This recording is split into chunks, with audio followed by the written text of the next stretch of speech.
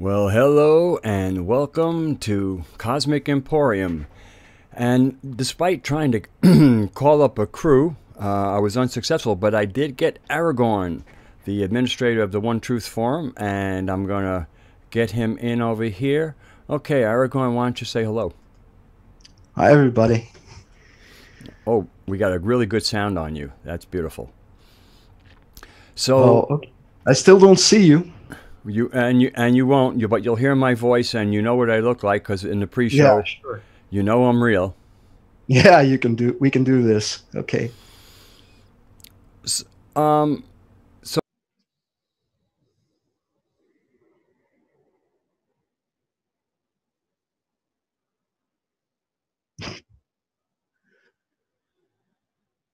Yeah.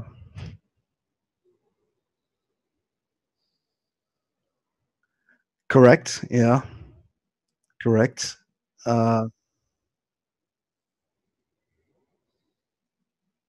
I'm realizing I didn't have my mic on, and but you know it probably got recorded anyway. So the I you know I would like to talk about forums and like what how I thought back, especially back when they first became popular in around 2010. They were a really good way of getting people to get together, and then they started kind of fracturing, owing a lot to personality conflicts and a certain amount of heavy-handed moderation, I'll call it. correct. And then how we fractured off into all these different forums, and how in many ways that diaspora has took away the real any dynamic aspect that something like the potential of Project Avalon was huge. But I think unfortunately that potential has been lost because it really wasn't as much about the community as it was about The the personality of the founder. Yeah, and correct. how I just in many ways I feel that that we after like 7 years, 7.5 years, like since 2010, we're still kind of scouring the internet to bring in the latest crazy story or something. And how though there's always the newbie factor, which is a beautiful thing that people wake up. But it's we come from this education system now where you get a gold star no matter what, and so whatever somebody drags in has to be considered as valid as people who've been studying it for years. And just how, to me, how forums have become a little bit what I call moribund. And maybe you might want to comment on that. Well, yeah. Got where to start. I'd say forums like Project Camelot first and then Project Avalon were definitely an eye opener for a lot of people, and not just the forums, but also the work that Bill Ryan and Kerry Cassidy did in terms of their videos, which they made available for free on YouTube. And I'm discarding now the validity of the information in the videos because some of those we know that some of those will be filled with misinformation, disinformation, personal opinions rather than fact. But it's that kind of uh, that kind of initiative that Bill and Kerry took, and that others took, like David Wilcock, but to a lesser degree. That brought a lot of people together, woke a lot of people up to, hey, there's something going on here. And then these forums started forming. You had Project Camelot had its own forum. Then from there on, you had Project Avalon, and that was a good thing. But like you said, uh, somewhere along the line, uh, people began noticing that the forum itself, uh, or the forums themselves, became somewhat of a front stage for the personality who started those forums, and that the content was sort of getting lost by the heavy-handed moderation, which included censorship. So you had people, some subjects were simply taboo. You couldn't talk about this, or you couldn't talk about that, because your post would be deleted or otherwise obfuscated. And then you started seeing people split off to other forums. Of course, there are things like, things like Godlike Productions and Above Top Secret, which were, as I understand, they're all much older than Project Avalon and even Project Camelot. But it has been rumored. I can't give you an opinion on that because I don't really know. But it has been rumored that those two are actually somewhat of a controlled opposition. They sort of a honeypot, where people with dissenting opinions regarding the mainstream narrative would all be corralled together and monitored. And I don't see this as unlikely or impossible. To me, that's quite possible. But what's important, I think, is that the people who visit these forums, you can basically put them in different categories. There's a category of people who are simply looking for information, and who are looking onto gurus and so-called researchers and specialists in the field to get their information, and then they make up their mind. Sometimes, in the case of forums like Project Avalon, you get, and I think that this is a big mistake that they make. You get promotion of certain ideas, certain so-called whistleblowers and witnesses and what have you, researchers, so that the focus is put on that, and you are basically being told, look, this is what you have to believe. This is the truth. We've checked this guy. We've vetted this guy. His background checks out. And this is what we want you to believe.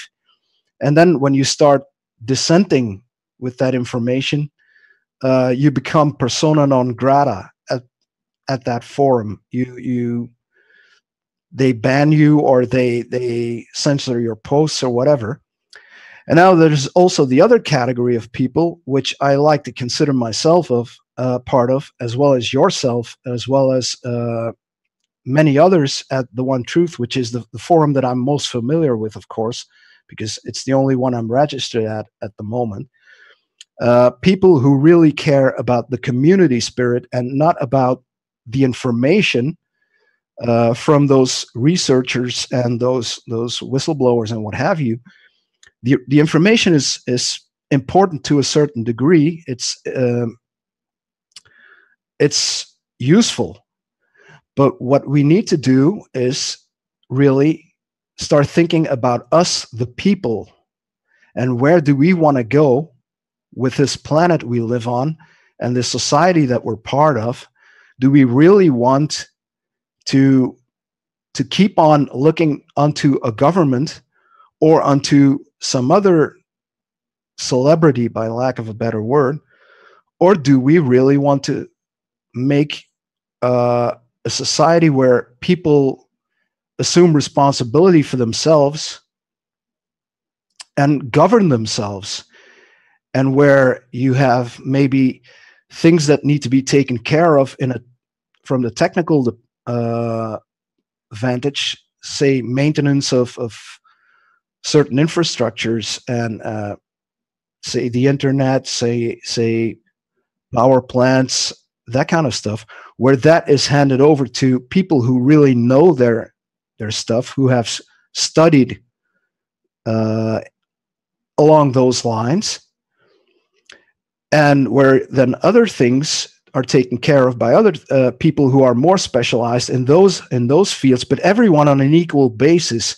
Nobody gets to lead anybody else, and everyone agrees. We have or agrees, at least. You can agree to disagree as well, but at least you're on an equal basis, and you form a consensus opinion about what needs to be done toward the future. And so there's that group of people who populate the forums. Unfortunately, we don't see too many of those. And what we see too many of, perhaps, is that other category of people. The first category, the people who are still searching for information and looking onto gurus in order to save them, the savior paradigm, which I think is a mistake. So yeah, that's sort of my opinion about that. I don't think in terms of because this is something somebody said, I think, at the One Truth. One of our members said something about fragmenting of the community across multiple forums. I don't see that as a problem necessarily. A forum has a certain atmosphere. It has a certain population. You have to be able to get along with the other forum members. You have to like or agree with the style of management. And so you've got multiple forums, each with their own personality. And I'm going to name two forums which I respect very much. Our sister forum, iRise, formed by Kathy Thomas. And the other one is Earth Empaths, the forum started by Christine Anderson. Yeah. And so if between the One Truth and iRise and Earth Empaths, you've got three different forums, each with their own atmosphere, each with their own population, and each with their own focus on how they want to bring the information to the people and how they want to the people to interact with one another. And I think that's a good thing. It's like, if you don't like living in the mountains, you move to the forest if you prefer that. And if you don't like living in the forest, maybe you can move to the coastline. So you just move to where you feel most comfortable. And I think that's a good idea. And as a global community, these forums can work together. There's no objection to that. I don't see what objection there would be to that. So in the end, it's all about, it's the purpose of what the community is trying to establish. I agree, but I mean, there's also a certain, again, there is the intention that I feel that more sovereign human beings will think of. And then there's also where, and for certain people, certain forums turn into their safe space. Yes. And yes. And the whole concept of safe space is that you're not ready for prime time of being out there and holding your own. Because if you really, there's two things. One is the ability to stand where you are against people who have an informed opinion. My biggest problem is the people who really have no personal knowledge. They're basically, it's all, this person said this, and they don't even present their ideas as their own. They present their ideas as, I got this from this one, or just, Wes Penray says this, Alfred Weberman says that. And I might, the only reason I occasionally, when I'm especially doing my Gnostic commentary, will mention John Lash is because he had the scholarship that presented data that I could then go through and come to my own place, and in many ways I own my own narrative on that. Exactly. Yeah. We have to acknowledge, and as painful as it will be for some people, that a lot of these, I call them celebrities because it's just a convenient word, but in essence, that's what they are. They are alt media celebrities, and I see people mentioning them at the One Truth forum and other forums like Wes Penra, and then there are so many names, some of them or many of them that I don't even recognize because I'm not into that kind of stuff. But these people look onto these celebrities for an opinion. They want these celebrities to form their opinion for them. And it's all taken at face value, because in the end, what do you have as verifiable data to go on? You don't have much. You just have their word and maybe the backing of shall we say, a heavyweight in the community like Bill Ryan or Kerry Cassidy or Joseph Farrell or people like that, David Wilcock. So in the end, you don't have anything except for this very interesting narrative that a person comes up with, and then eventually the backing of that researcher who says, yeah, this person is legitimate and their research is legitimate, and you should believe this. And then you have your opinion formed for you by these other people, just as you would have when you're watching the mainstream news on TV, or when you're reading a mainstream news newspaper. So it's basically the same thing, and you're not actually improving your own vision of the world and your own knowledge of what is going on. You're simply shifting the focus from one information source to another information source. I agree. And people, I kind of, break people up into whether they're collators or researchers. I consider Farrell to be a researcher. I consider John Lash to have been a researcher. These are people, when you read their books, there's all kinds of notes. These people write books and then they show you where they got their data points from, and then and very often quotes of these data points, and then you see how they assemble their own kind of synopsis of these data points, or how they've taken it. And I believe this is part of kind of gnosis, is where you take the kind of outer data that you get from, let's say, left brain studying, but then you also allow it to you meditate on it, you travel on it sometimes. Sometimes you've had this thing, and then a week later you get another piece of information or somewhere else that opens up a new portal in your mind. And so, David Wilcock is a collator. He, his wisdom teachings is he's gone and done, and basically he collates the research of others. I don't consider him a researcher. I consider Farrell a researcher. I consider John Lash a researcher. And then, of course, Dolan? What? I'm sorry? Richard Dolan? Yeah, Richard Dolan.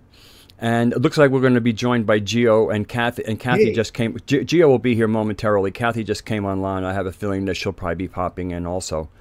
But again, there is too much dependence on other people doing there's a certain amount of legwork you can let other researchers do for you, but at the end, to me, your story needs to be your story. Yeah. Or your gnosis. And exactly, you have to. That's why what I also say that to the people at the One Truth Forum, and I've said that many times in different contexts, different threads. In the end, you have to reach down into your heart and know what is there. Know thyself, as Vern likes saying. I really like that. That's where you have to start. You have to know yourself, and you have to feel what resonates with you. And somehow, when you reach a certain level, you can tell, even if the information is very interesting, if it doesn't resonate with you, you will feel this cognitive dissonance. Like, okay, this person is saying one thing, but I'm feeling another thing. I'm feeling that this is not correct. And usually what you feel is how it is. Well, one of the things I'm trying to do in my latest Mystic Brew things is show people that we had a way of life on this planet for tens of thousands of years before the new system kicked on. And how so many of the concepts of like soul traps and the rest of this were not part of our original understanding of the cosmology we were in, and that much of how we're interpreting what the information we're getting is through this program and this foreign installation. Part of like what Carlos Castaneda might have said, that, they gave us their minds. And you have to clear yourself of that foreign installation before you can really understand this planet that you're on, how we arrived on it, how we lived on it for tens of thousands, if not 100,000 years, but I mean easily like 50,000 years before about 2,000 years ago, or maybe a little bit earlier with the Sumerian civilization, where we started having kings and queens. This whole giving up of our sovereignty, and it as far as how long we have been on this planet, as with our kind of modern brain, it's the new kid on the block, and it's the sick kid. It's the kid that wants to be called leader or king or lord, and it has rules for you that have little to do with, if anything, are against nature. And all we have to do is see the pollution of this planet to realize that those who have taken this onto themselves do not like this planet Earth, and that is a signal that this whole mind thought is not of the natural consciousness of this planet. And it's really important for people to get rid of some of the belief systems that are part of their psychology, for them to even interpret the information and not get lost on things that are tied into their own kind of mind prisons. Exactly. And what I do find interesting to contemplate is, where exactly did this mind virus come from? Because it's not native. I don't think it's native to our planet. Somehow, I think. Okay, now we're getting into the woo-woo stuff, but let's go. Maybe it was that certain souls started incarnating here, which were souls that were not indigenous to Earth and had a negative agenda. Or maybe it's not. Maybe it's just a force that doesn't necessarily have to incarnate, but that influences people's minds through the manipulation of the events of the timeline through synchronicities and stuff like that. Like I said, it's getting into the woo-woo, but I in my experience, what I've been able to ascertain from, I wouldn't call it meditation, because, but more like a connection with, because I'm an intuitive empath, and so I'm connected with other people's minds. I feel like archetypes being played out, and it's like there is this almost hyper-dimensional force that is somehow controlling human behavior on the planet. And some people are more susceptible to it than others. And maybe it can manifest in the form of what people call demonic possession. I don't know. I don't know whether I've actually even seen people who were demonically possessed, but I would like to think that I have, because I've seen some people do very strange things and show very aberrant behavior that they would not normally exhibit. So yeah, there's long story short, according to my opinion, it's my opinion, I think that there's an off-world source to this corruption that's going on in humanity, this very unhealthy way that we live right now. And I'm not talking unhealthy in terms of the junk that we eat. I'm talking about the way our society is constructed. I agree. And to me, you can't have a real conversation about who we are as a species without the woo-woo, because what makes us is that we're this animal with a mystical sensibility. Exactly. And so so the whole, when science I mean, when people like Isaac Newton and the alchemists, I mean, physics used to be called the natural sciences. And Yes. little by little, they started getting more and more materialistic, and it was almost as if like those who have a certain, if those the spiritual people are given the religions because that'll control them, and then the left brain people will go into scientism, where it's devoid of spiritual concepts. And it was Exactly. really it's all very cleverly contrived, and it's a couple, it's a couple of thousand years old, and we see the seeds of it in the Anunnaki thing. And those who are aware of I mean, and I'm talking about people like Farrell, not the Sitchin things per se. People like Farrell and other Sumeriologists who are there, and Anton Parks out of France has probably the most extensive work, and part of it's because he has like a tie-in with a life memory. And I've read before Jerry Zeitlin had much of his translated material up, and I got to read some of the most fantastic material that is no longer, at least not up on the web, and I'm trying to find which book I can find it in there. And it has to, I mean, I don't want to get off on there, but the Gnostics very clearly say that the foreign installation, at least as far as the religion goes, kind of starts with Abraham contracting with Jehovah. And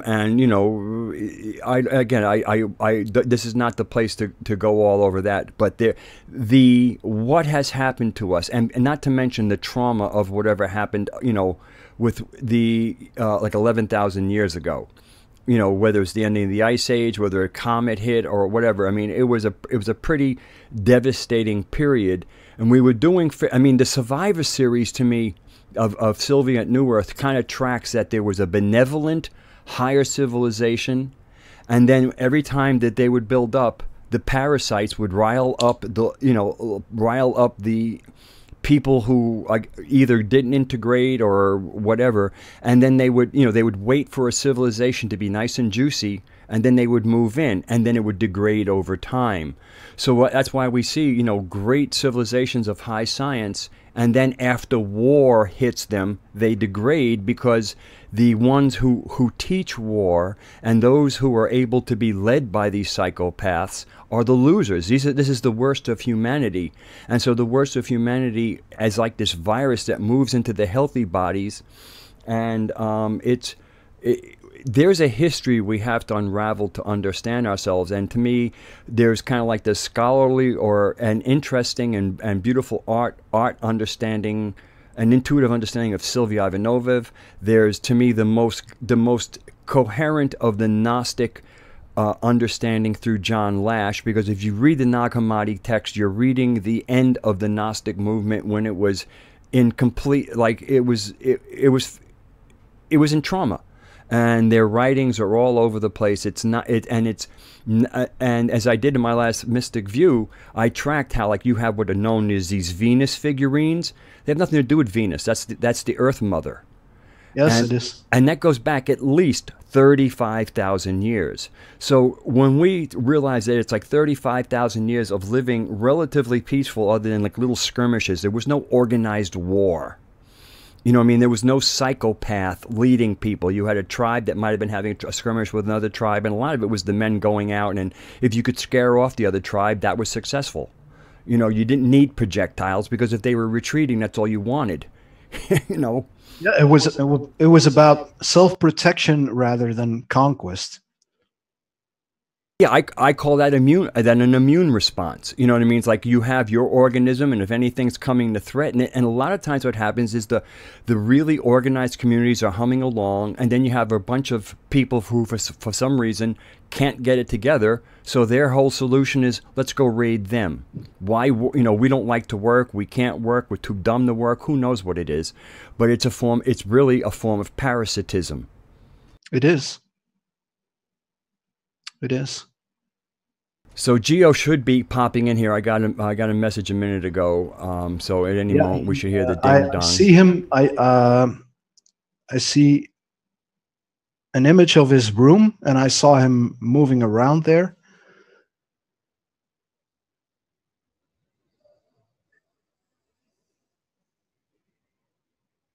I see an icon of a muted microphone. He's coming. There's There's Geo. So we'll probably see him in a second. And but really, there is. Hello, Cap. I didn't know how to get through. Hi. Hi there. Hi. Hello. Hi, everybody. Yeah. So Kathy has joined us, of the administrator of iRise Forum, our what we consider our sister forum to the One Truth. Yeah. Hello, Kathy. You can't see me, but the people can. Yeah. Okay. That's cool. Kathy, I just want to say thank you very much because you made it possible for me to be here. Oh no, that was the whole point, wasn't it? So cool. Yep. You're a very generous woman, and I really wanted to thank you on record. Oh, well, you have done, so you don't need to say anymore. Oh, thank you. Right. Who's this dude? Is this guy from Southern California or what? Me? You don't look like you're from Belgium. You look like you're from outside LA. Yeah. And you look like it too. Mm-hmm. I think this is a big sham. He's not from Belgium. I'm in Belgium. Well, it's so good to see you. You can tell it's getting dark here, and I don't have a light in this room. I told Radagast because, well, there is a light, but it works with a ballast. It's a halogen light. It has a ballast built in, and it's connected to a dimmer switch on the wall. But somehow that is not a very solid construction, and the electrician didn't tell me that when I bought this apartment. But that ballast burned out. I had it replaced, and it burned out again. So within weeks. So I'm sitting here. The only light I'm getting is from my computer screen over there, and whatever's left of the daylight that's still coming in through the windows. Well, we can see you. We can see you. Okay. Yeah, it's so good to have you here. I'm glad to be able to talk to you guys in real time. It's really awesome. It's good, isn't it? It is an honor to be there. It's a little bit like his Aragorn avatar that he uses, where he's off in the corner and it's a little bit dark, so it's kind of appropriate. In the prancing pony, exactly. I asked you a long time ago, I believe, that there was you had a profile picture or something. It looked like, who was that, or what was that? That picture that you had, was that you? You asked me whether I was a woman. Well, I saw this long hair, and I said, I didn't know. I didn't know you then.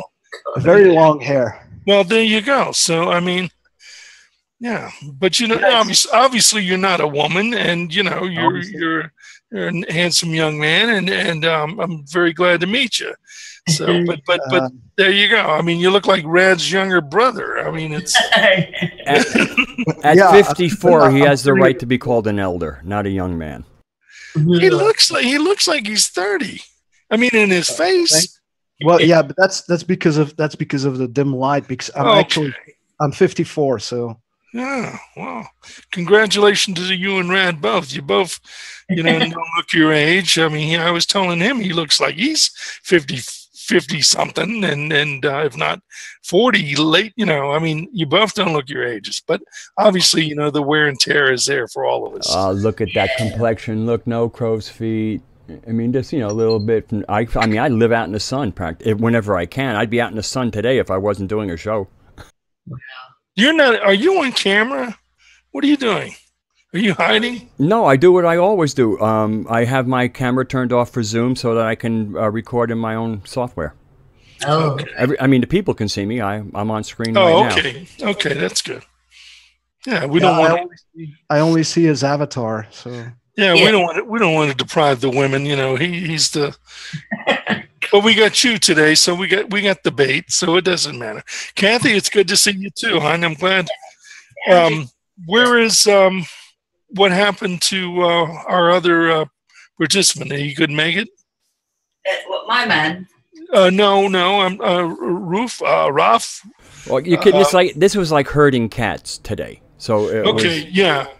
My day didn't work I had to leave at 10 a.m. this morning, and I didn't hear any messages, so I figured it wasn't going to happen either today or probably maybe tomorrow's Sunday. But okay, it worked out.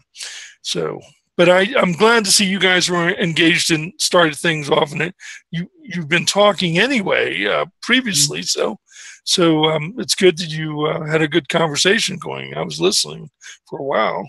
Wow. And I had to get up and do something real quick. So what? I don't want to interrupt this any more than I am right now. So why don't you guys continue what you were discussing? Yeah, go on. And we'll we'll just stand by here. Well, we were kind of talking a little about forums, but the way people are collecting information. I mean.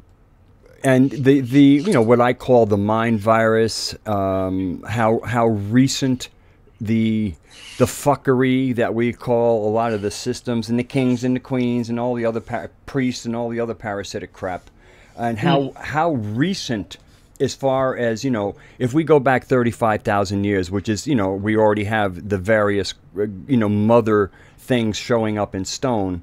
So we see that there was an appreciation of who we are and where we came from, an understanding of our planet, and that that lasted until probably around it wasn't until around Sumeria when the whole king and queen crap started that we start getting where we lost our freedom on the planet to just be who we are. And I think a lot of the Anunnaki story is a little bit contrived and made to be passed down. And then the Anunnaki story, anybody who's familiar with it, they have their Zeo Sudra in their kind of epics, who turns out to be Noah in the Old Testament.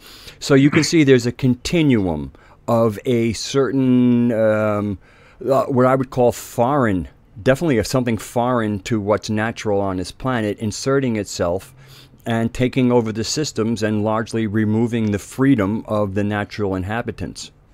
Very, very good. What's interesting is all the talking heads and seem to be coming to this point, at the same time, especially with a lot of their latest, presentations. It seems like all this is being summarized and compressed and delivered so it's like one message now. What's interesting to me, and you talk about this virus, I'm almost picking up that some of these Illuminati, if not these people that are within, being, if not paid to participate in all this piratry, whatever you want to call it, of what's happening on the airwaves, the MSM and everything. It seems like they're going nuts. I mean, they're melting down on camera daily. I watch a lot of that, that, so I'm always monitoring them, and I just it's over the top now. It's almost like watching Comedy Central. So it tells me they're rattled. Big time. Meltdown is a good word for it. Yeah, they're off message. I mean, there's no message right now, and everything seems to be to try to change up and confuse everyone. But the only ones they seem to be confusing are themselves, and that means the political, people, whether it be here in the States or in Europe or even for that matter, some of these smaller countries, around the world. There is a virus. I mean, I think it affects everyone. Really, we're all subject to it. There's a lot of infighting too now. Especially, we see that here in Europe. You've got Marine Le Pen in France, who had a very strong following. You have all these nationalists, political parties arising everywhere. You may also see it, you guys are seeing it in the United States with the election of Donald Trump. I'm not going to get into whether the Russians had anything to do with that, because that whole story is is rather fishy to me. So no, I don't believe the Russians had. I believe the Russians might have probed or did anything any foreign nation would do to another. They are always probing and spying. I mean, it's very natural, especially from my knowledge of where all the embassies are and what I've been told by people that know what they do there. I mean, that's done in Washington, and I'm sure it's done in Belgium, in your capital, as well as London, as well as Moscow. So I don't have any problems with Russia doing what they supposedly did. If our country didn't know they were doing it, then shame on us. The funny part is that, that they're making it seem like it was a big secret, a big, and it's playing out. And we're even seeing where Obama and the deep state pretty much knew it, knew things were happening, and they might have even allowed it to some extent so. Because it can always be used as political leverage in the end. Yeah. It can always be used, if they need a bad guy, well, hey, the Russians hacked our elections. The Russians are the bad guys, and we know that the Obama government and even George W. Bush before him, they were trying very hard to stir up more animosity between the West and the former East bloc, which is now the Russian Federation.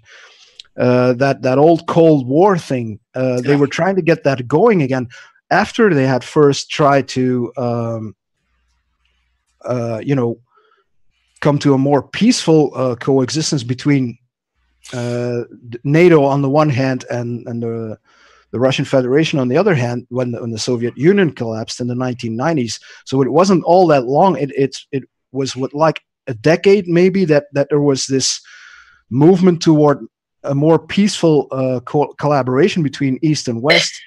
And then you had George W. Bush come on, and you had 9/11 happen, and suddenly America fell into fascism, and then they started building up the animosity again. We're gonna build a rocket shield in Poland, supposedly against those rogue states, but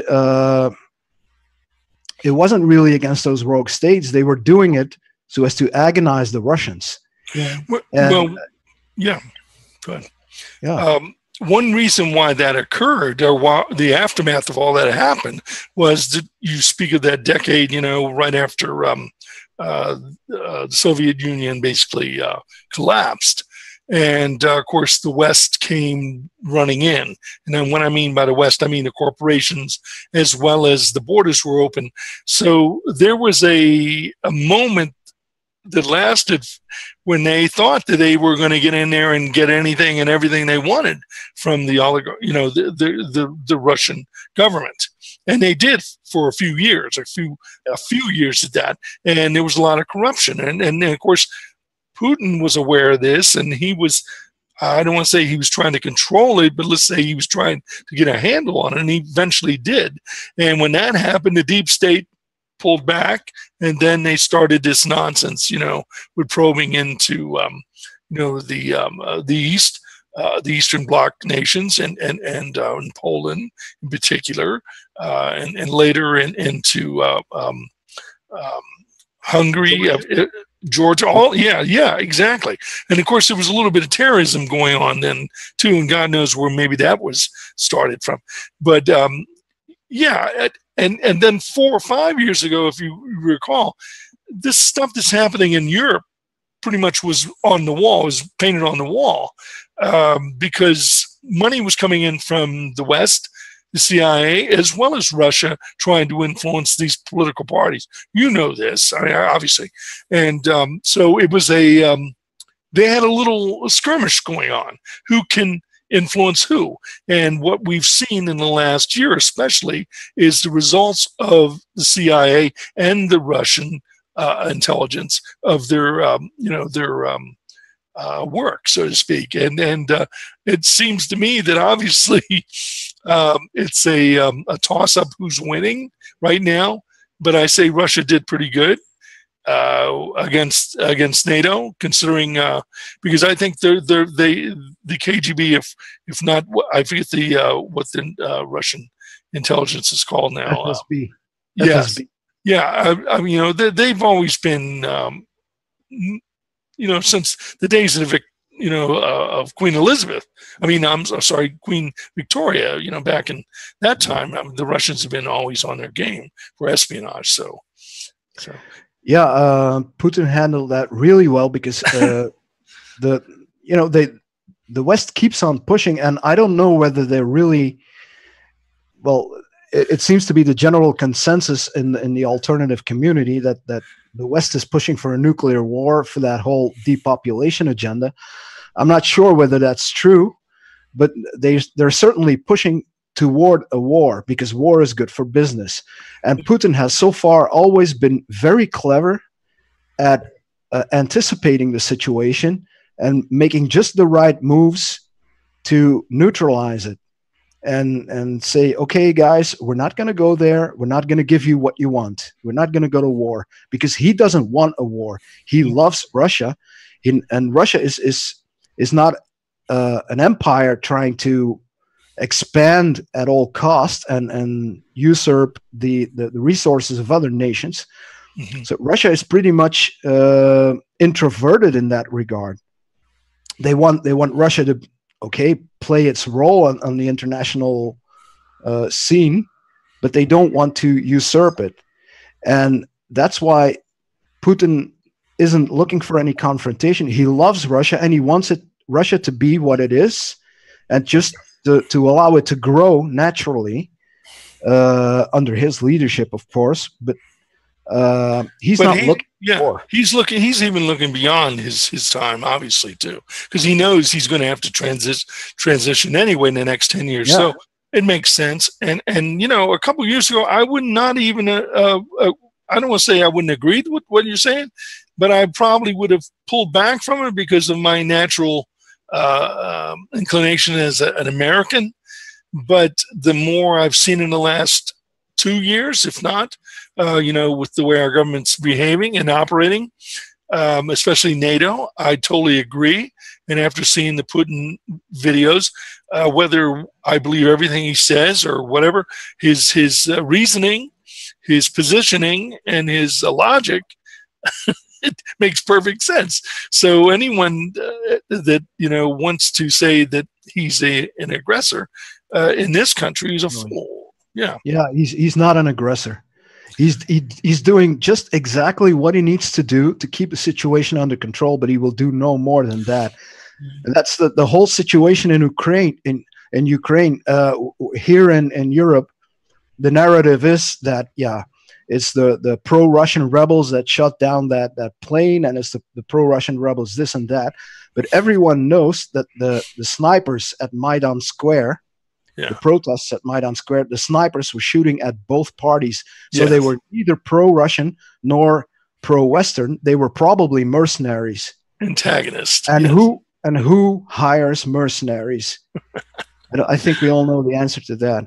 Well, but nowadays it can be anybody. I mean, because and when I mean anybody, I mean it could be Saudis, it could be the Mossad, it could be anyone pretty much. But it doesn't matter. They want, as you said earlier, they want to start some type of conflict. I don't believe in nuclear war, obviously, but I also imagine that if a small device went off somewhere, it wouldn't bother anybody necessarily, depending on what the we say the damage was. If they did it in an urban area, God forbid, or something like that. There's the technology exists because they can use. There's a difference between a nuclear bomb, a standard nuclear bomb, an atom bomb, and a hydrogen bomb, which is a thermonuclear device. And a thermonuclear device can be tuned so that it really has a very, very compact explosion and only makes local damage with very little fallout. There will be radioactivity, there will be a little bit of fallout, and it still has a characteristic mushroom cloud. Yeah. But it won't do as much damage as an atom bomb if they wanted to. It can do a lot more damage, but it can be tuned. That's the thing. And they've they've been able to do that since, well, what, the 1960s? Yeah, easily. So the bad repercussion of it all would be the psychological effect on wherever, and not just wherever it happened, but to the whole world. I mean, look what 9/11 did visually to people, Yes. seeing that. So if it happened anywhere in the world, we won't even, try to, go there with that. But if it happened psychologically, people would, that would be what I would think they would go for, especially the deep state, the ones that want chaos. They want to see stress. They want to see the draining of energy.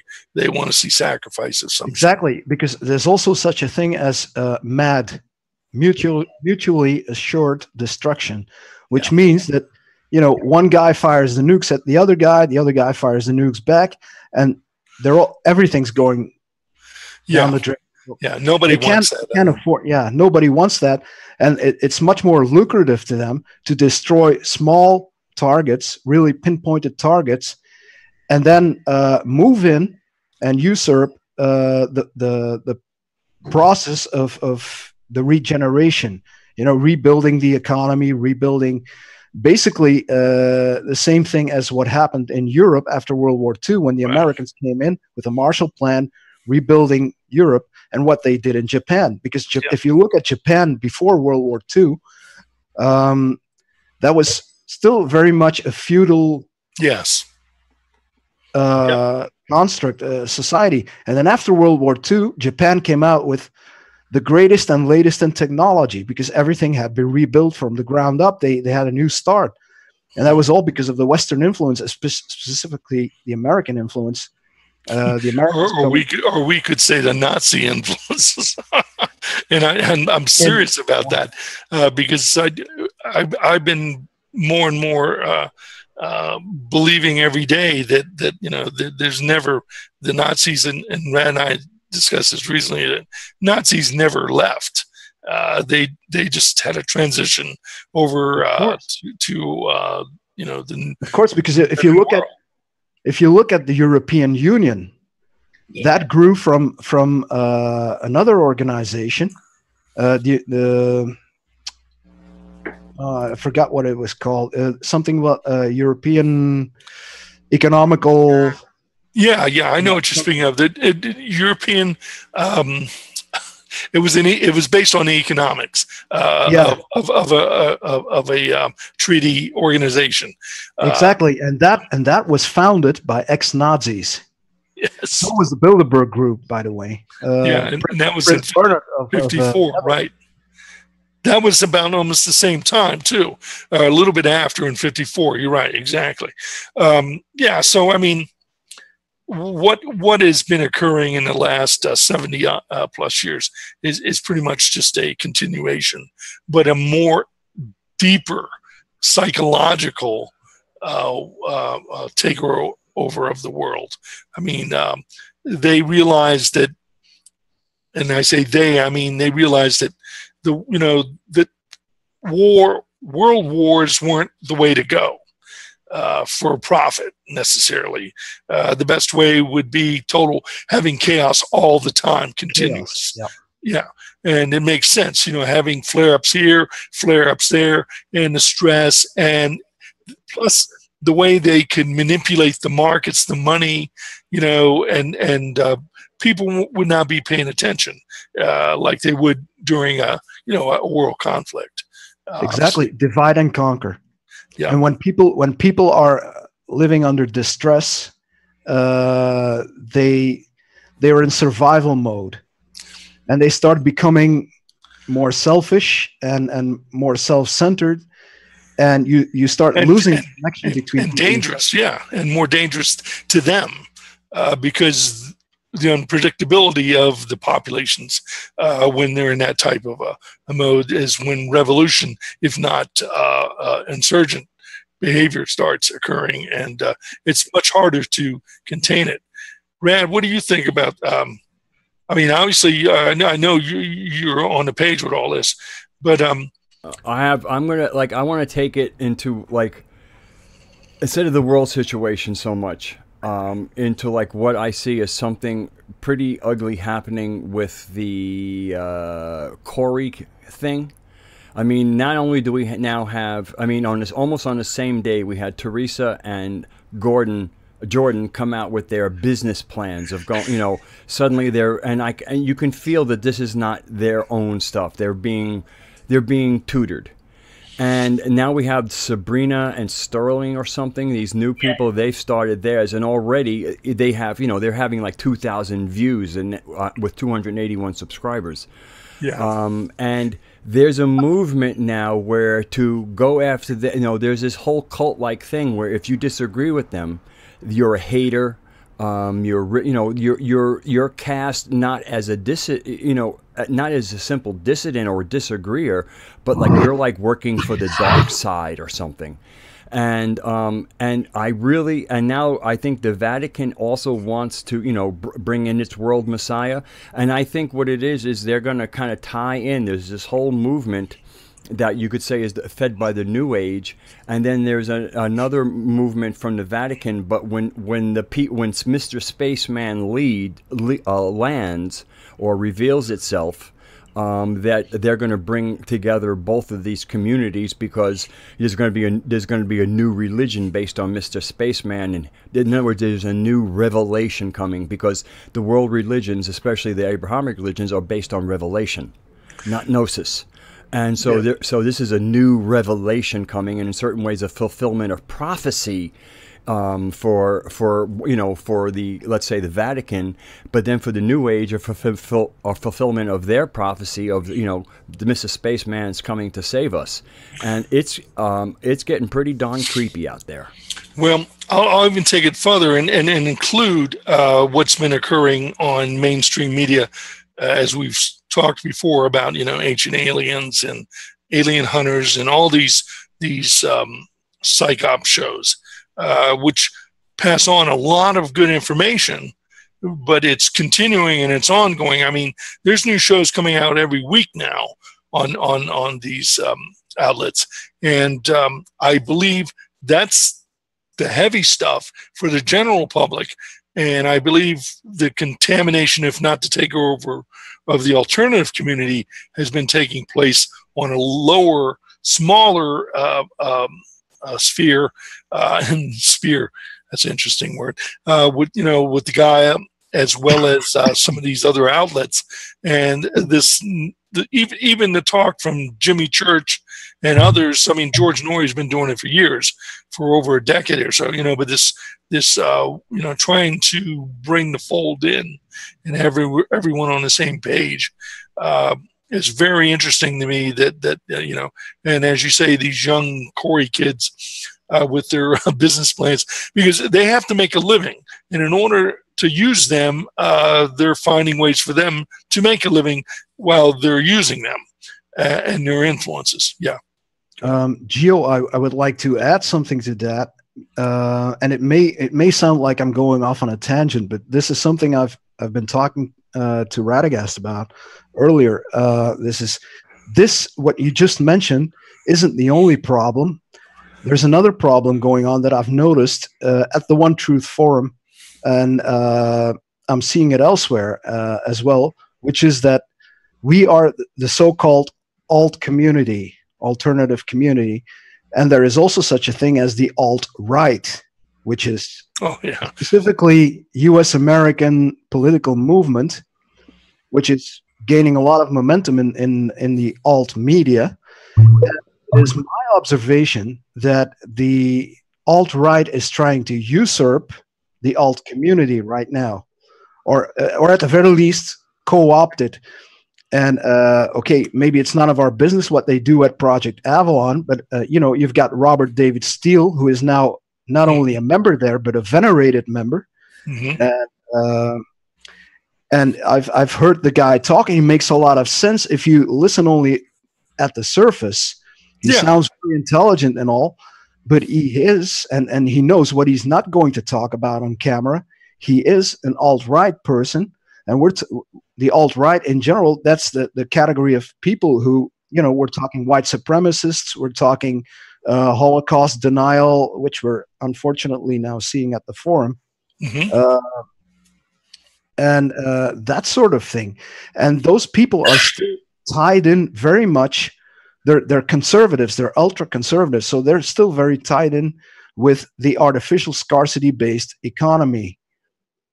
Yes. That the whole thing, and I see that as for them that might be, the main focus of their agenda. But I see this on account of us as the alternative community. I see this as a distraction and as a kind of poison, maybe a psyop. I don't know. I believe it. Yeah, I believe that. I mean, it's divide and conquer, and it's another theater, or another theater within the complex. The big cinema of distraction, and it's working. It has worked up to a point. I think a lot of us are starting to realize this liberal conservative thing is going nowhere, really. In the real sense of the words, but you're right. Steele is, in my opinion, and I said this last week, I believe, that he is a CIA contractor still. Once he left the CIA, you still subcontract. They all do, and he might have some good intention, or at least his message might be on track, but it's about making money. He's selling books. He's doing, he's being funded. Money is coming to him from places where we question even some of the people on these forums where their money comes from, anonymous donors. And they don't even need to know where the money is coming from as long as it keeps coming. That's why these donate buttons are very interesting to me on all these organizations. We're not getting a lot at the One Truth. No. I'm not talking necessarily about the forums. I'm talking about individuals that have organizations that are tapped right into a donate button for their websites. And I won't even include necessarily Bill in that because I don't think Bill is at least I don't believe if he is, he's not totally aware of it. But who knows? I don't think he's really in it for the money either. I don't think so. No. I don't think he's obviously.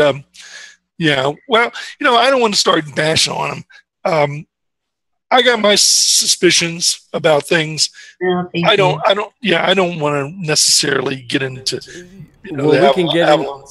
But I do agree with you saying about Steele and others. But their message is so well formulated and so right on in what they're pushing. The buttons that I said last week that they're pushing, they know what to say to get people's ears. They got my ear, and they got a lot of other people's ears. It's a Kool-Aid. They're selling a Kool-Aid. Yes, but they know what to say and how to say it. And it's because they know the script. They know what the long-term script is going to be, at least the way they want to play it out. And they always sprinkle truth within it. I mean, that's always been, the whole... Yeah, because I read. Well, you poison food and drink. You don't give straight poison. Yeah. So, and I look at it. We're all trying to figure, where it's going to go and how it's going to go. But I think really at this point, I don't worry about it because it's become such a big drama show, whether it's national, international or national, or in our particular. Area of interest, the alternative. It's just a subculture of it all, and we're behaving the same way. The nations are in some ways, if not populations within, whether it be religious or political. And that's the whole point. Keep us stirred, keep the pot stirred, and just keep it going. And they're doing an excellent job. The funny part is, though, that on the bigger scale, especially, I find it so interesting that everyone's looking at America now and they're scratching their heads and going, who's going to listen to America? And I think that's what they wanted to do. They wanted to,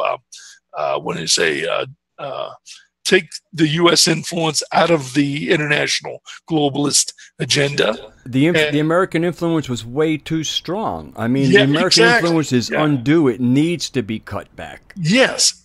In reality, it does, as well as in their minds, it does, because it doesn't serve their purpose. It's now time, obviously, for other economies to upsurge, if you want to call it. But yeah, everything that we imagined would happen is happening, and it's happening very smoothly. But it's chaotic watching them do it, because it's just craziness. And I think this over-the-top stuff with the circus, whether it be ufology or in the MSM, is got everybody just going, what the hell? So that's why I feel that, and we talked about this also last week about, what's most important is what's really happening in our regional areas to us personally. And I think, Rad, you were talking about that. What can we do? How can we take control of it? Now, obviously, one of the ways is that we have these discussions going on now, like we're having today, and I think this is more important, at least for our little sphere of activity, that we start seeing each other and interact more, and of course encourage that more and more. Hopefully, it will increase, but I think what's most important is that we acknowledge what's going on as the way we see it, as Aragorn's saying, and as you said, and as Kathy said, and Vern and everyone else, that we, as long as we're up on it and make note of it and keep it, out there, I think we're okay. I mean, there's only so much you can do on the internet, but acknowledgement of communication, like we're doing, is very important. But our day-to-day lives, and I'm seeing people, and I know you all are too, in your own home areas, people are aware of what's going on, and they're getting sick and tired of it. So, well, I'm wondering what Kathy has to say. Yeah, Kathy, that'd be What about the world? about the conversation we're having. Yeah, I know, but I'm just listening, really. What can I say? Well, I think Aragorn, speak some more, because you're very intelligent in the way you're. I'm very, very pleased to see that your command of English is much better than mine. Like I said, you look like you're from San Diego, or you don't look like you just came in off the beach. So I mean, you look more American than any of us. I've been not you, Kathy. You don't look American. You are British all the way. Yes. I think she's looking through her notes there. Oh, okay. I was just looking through, to what I was commenting. And there's somebody called, like here's the way. It's like when we research sovereignty, law and sovereignty, you come across people who know stuff, but they've gone through pain to get there. They have released themselves from the system, by studying, etc., and applying themselves. There's somebody called Jackie Fig, who she's a Brit living in America, and she drives her car, but it's not registered. There's no license for it, you see. So it's, I think, it's researching little stuff like that releases us from the system, and then we can be free to, progress from there, kind of thing. So in her world, she has taken herself off the system. Took her a few years and a lot of pain, but she's set herself up now to be free on the road. She sometimes gets stopped, but she gives advice. Like in America, California, you have a thing to do with motoring cars called a DL142. So you have to give up that and make sure you get a letter. That is like if you want to hand in your registration, you give that up, but you must get a letter, some kind of receipt back, and carry that around with you. Yeah. Always. And if they don't give you one automatically, you ask for it. Yeah. You know. And so it's stuff like that, which I think we might well progress down that kind of road. Well, yeah. You know, there's a lot of people out here in the West that have taken that path. I know two people in particular that are close to me that have done what you are describing and have paid the price, not only with dealing with the law and, they had their successes, but they've also paid as far as their personal lives too and what it's done to their families. But that's good. I mean, that's a good step. It's not for everybody. But challenging the systems, finding ways. We need what works for everybody. I mean, this singular stuff to me is, this woman had to carry a piece of paper so she didn't have to carry a license. What's really the difference? Well, it frees her from having to pay fines, and when her car is ever impounded, she can go and claim it back. Without she has to pay their fee. Yeah, but also that she's still subject to being detained, if not arrest. But yeah, it's okay. I went through that whole thing with James Gillian for 3 years personally. Yeah. I mean, I went through it with him and the court 6 different times, and even to the point where he was almost arrested. And I understand about all that, but I saw what the toll it not only took on him but also his family as well as friends. So but I think what's Rand is talking about, how can we find a meeting of the mind, so to speak, an agreement of the populace, how to deal with some of this stuff. And I think a lot of it really has to do with what a lot of Trump supporters, if not people that back Donald Trump, are doing. They're ignoring pretty much anything that is being put before them by Congress, if not by the press, and basically, just giving it a thumbs down. And I think that's a good way, because people are just tired, and I believe in Europe the same thing. They're just tired of the politicians behaving the way they are and not doing anything. And we're prepared to, in some cases, to back people that are totally against a lot of what we personally believe in, just to see the government fail, if not, fall in its face. So I think that's a good way for us to meet of the minds, if not in agreement with, Go ahead.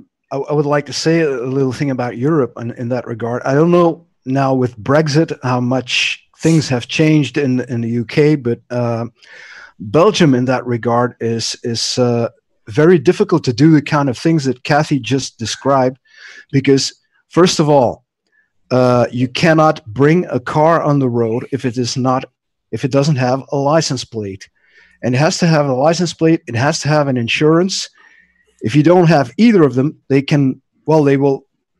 builds up, it escalates. First you get a fine, then if you don't pay the fine, they will impound your car or something like that, and it builds up. And in the end, you might be going to jail. And that's what happened exactly to a former politician from here. He had a party called the Libertine Party. He was a libertine, and he had a car that was parked on the public road. He wasn't using it; it was parked on the public road, and so he got fines because it didn't have a license plate on it. And it built up, and eventually he was arrested and sent to jail again. He had already been in jail for fraud, but that's another thing. So and you also can't simply go living off the grid the way you do in America. Sure, Right. you can have solar panels and all of that stuff to a certain extent, but Belgium is really tightly controlled, and you can say, okay, the people are going to object to being this tightly controlled, but I see the opposite happening. I see more and more people taking that deep swing to the right, which is why the NVA has become the most important party here in the Flanders, the political party, and they are very, very, very right wing, and they have a tight noose on everything, and so things are getting stricter and stricter. And we also have a system here which doesn't exist anywhere else that I know. I think there may be 1 or 2 countries in the world that have the same system. It's called mandatory voting, compulsory voting. Yeah. So when there are elections, you can't even say, I'm staying home. Yeah. No, you'll get fined. And it's a big fine too. I think it's 2,500 euros, something. So you have to go and vote. Even if you don't want to vote for any of the parties, you can cast a blank vote, but you do have to go and vote. Yeah. And the same thing for the people who man the polling stations. They are not volunteers. They are picked by a computer from people in your local municipality or your town. Mm-hmm. They pick people from a certain age group and different walks of life. So they'll take some people who are from, say, the workers' environment, some people who are from a more educated environment, some people from the self-employed environment. They gather these people, they pick the names. There you go. You have to go and man the polling station on Sunday because there are elections. Yeah. And you can't say no unless you've got a doctor's order. Doctor ordered you to stay at home because you're very, very sick, or because you're abroad or something. But if you're in the country, you have to go. And the people who have to man the polling stations, if they don't go, that fine can run up to 250,000 euros. God's sake. Yeah, it's insane, and that's how they keep controlling the political narrative. How they keep the parties that are in control, how they keep them in control. And they also have a system. Lastly, they also have a system now which is still fairly new. I mean, from the last decade or so. It's called an electoral threshold. A political party that wants to participate in the elections, they have to have a 5% voting turnout in order to be able to participate in parliament. And if they don't make it, they don't even get to go in parliament, and they're not eligible for a coalition for government or anything. So it's highly corrupt. And this system was devised by the 3 major parties or 3 major political parties, being the socialists, the liberals, and the Christian Democrats. Those 3. And they're controlling the whole narrative. It sounds a little bit like what they're trying to do in parts of Italy, too. I was going to ask you, is the Netherlands also, would you consider a part of that, one of those governments that is like that, like Belgium in many ways? No, is very similar? No? I would say that the Netherlands are far more liberal and far more advanced. Politically advanced and a lot more intelligent in many ways than Belgium when it comes to politics, and they're much more open-minded. Well, I'm not talking about the political views. I'm talking about control by the government. No, exactly, because they are more liberal. They in the Netherlands, if you don't want to go and vote, you stay at home. Okay, that was my main question. Okay, they don't have that. And a mayor in the Netherlands is not a politician. A mayor in the Netherlands is a public servant. You have to qualify as a public servant. You have to have the qualifications, diplomas to. Okay, yeah, to manage, administrate. Yeah, okay. Yeah, exactly. While in Belgium, the mayor is a politician. The mayor gets elected. Could be anybody. Yeah. Could be anybody. Right. In theory.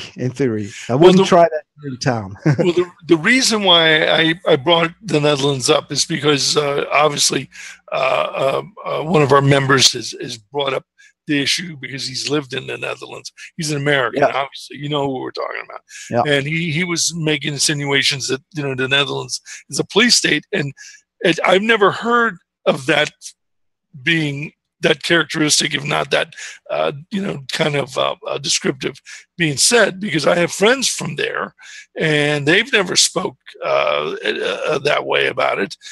They've always described it the way you just did. And these are people that live here in America now. But I was just wondering. I was wondering if it was something occurring. I wouldn't call the Netherlands a police state, but the whole police state thing is actually coming down from the European level. Okay. All right. Well, that would be my assumption anyway. And also, especially from what you just described very well about what's happening in Belgium, which I consider ground zero for the European Union. So, I mean, anything that's going to be part of that is going to be in your country foremost, if not initiated there. And which I find interesting, you know, between England now, you know, with the Brexit, and Belgium, you know, the two different perspectives. You have to wonder why it occurred, and did it necessarily occur because of the voting, or did it occur because it was initiated for more chaos for Europe? Yeah. What is your opinion on that? My opinion would be that it was tampered with, that there were actually that it was the intent to have the UK out of the European Union, because there was dissent between the British government and what the European Union wanted. And I think they simply wanted to get rid of England. And what I've been afraid of personally, well, not that I have to be afraid of it, but I mean, metaphorically speaking, what I fear is going to happen is that because the UK has now voted for Brexit, now the European Union has an official reason to start harassing the UK in terms of economic sanctions and economical sanctions and that sort of and administrative, you know, the bureaucracy that controls everything. Right. They're going to make things tough for the British people. That's my opinion, and I think it's engineered that way in order to create more chaos. Indeed, well, that was my opinion of our feelings about it as well. Yeah. I mean, obviously, when the ex British Prime Minister Cathy, as you know, what's his name? Cameron. Who? Cameron, yes. When he put up the vote, you know, for Brexit, I mean, I'm scratching my head going, what? You know, why now? What, you know, and then he quickly exited stage after, you know, and so it at that point, to me, it was, oh, this is a joke. This is a setup.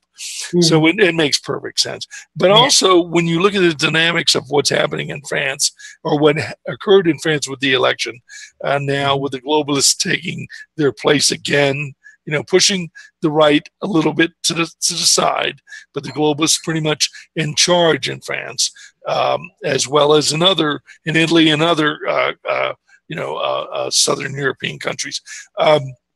It seems like everything is being divvied up, if not just set up in a way where there's just enough chaos where nobody is really secure. Yeah, that's a wonderful, excellent. You're not even English speaking, and you.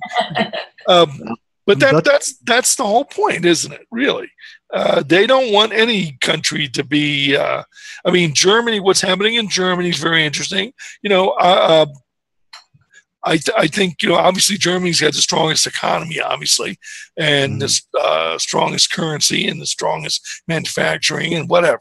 and it's always been that way, pretty much in the last a century and a half. But that doesn't mean they're any better or any worse than anyone in particular. It's just the way, we won't get into the Nazi thing, because I don't believe Germany for the most part is a Nazi nation. The Germans do have a reputation of being very strict about their work ethic. Yes. Something that was made in Germany, it won't break down. It's solid. That's why German cars are that popular. Yeah, I always looked at Germany as being a country of engineers. You know what I mean? Yeah. Meaning of minds, mathematicians and engineers, the way they run their country, or the way they, want it to perform, so to speak. So it goes without saying. But I think the thing between Russia and Germany is very interesting, because I do see them being adversaries. Russia, but that's a normal thing, considering that they're close to each other in borders and also trading partners. So there's going to be a little adversarial. It's civilization. It's civilizational. Russia has a soul, and we see that in the Anastasia books. Yeah. Europe has lost its soul. America, and most of the civilized world, has lost its soul, and with that soul comes that sense of fierce sovereignty. And so that's why we see, Iran kind of, because there is a long history of Iran cooperating with Russia historically before religions, before Russia was Christian, and before Persian, before exactly. The Persians were Islamic. And even with Syria, it's all about sovereignty. So what we're really seeing a clash of civilizations. We're seeing that the people who actually are humanitarian based, and I think Syria and Russia fit into that a little better. I agree the with Persian that, people are natural fits for that, but the current mullahs running it makes it a little bit off. But we're not. But the mullahs do not represent the Persian soul. Right. And that can change very quickly too. We know that. We've seen politically things, change very fast in Iran, but not necessarily the culture, if not the mindset of the people. And that's true. I believe that. We even see that in their split. The reason why, basically it's a Shia country is because I guess in their form of Islam, there's an attempt to hold on to the Persian soul. Yeah. The reason why I brought up the German-Russian thing was this: that it seemed kind of weird to me that they were worried that at least the Western, and I'm talking about Britain and America, Canada, whatever, were worried that Germany would fall under the influence of Russia. But I don't see them necessarily. If anything, I see them only wanting to cooperate for trade, but I don't necessarily see Putin or Merkel necessarily trusting each other, because it's a normal thing. I mean, both are strong economies, or at least they're strong enough, so they would be adversaries to some extent. But I don't see them necessarily being bedfellows, so to speak, because Merkel is even, pointed out she wants to build up her military, and Putin obviously is aware of this, so it's interesting. Yeah.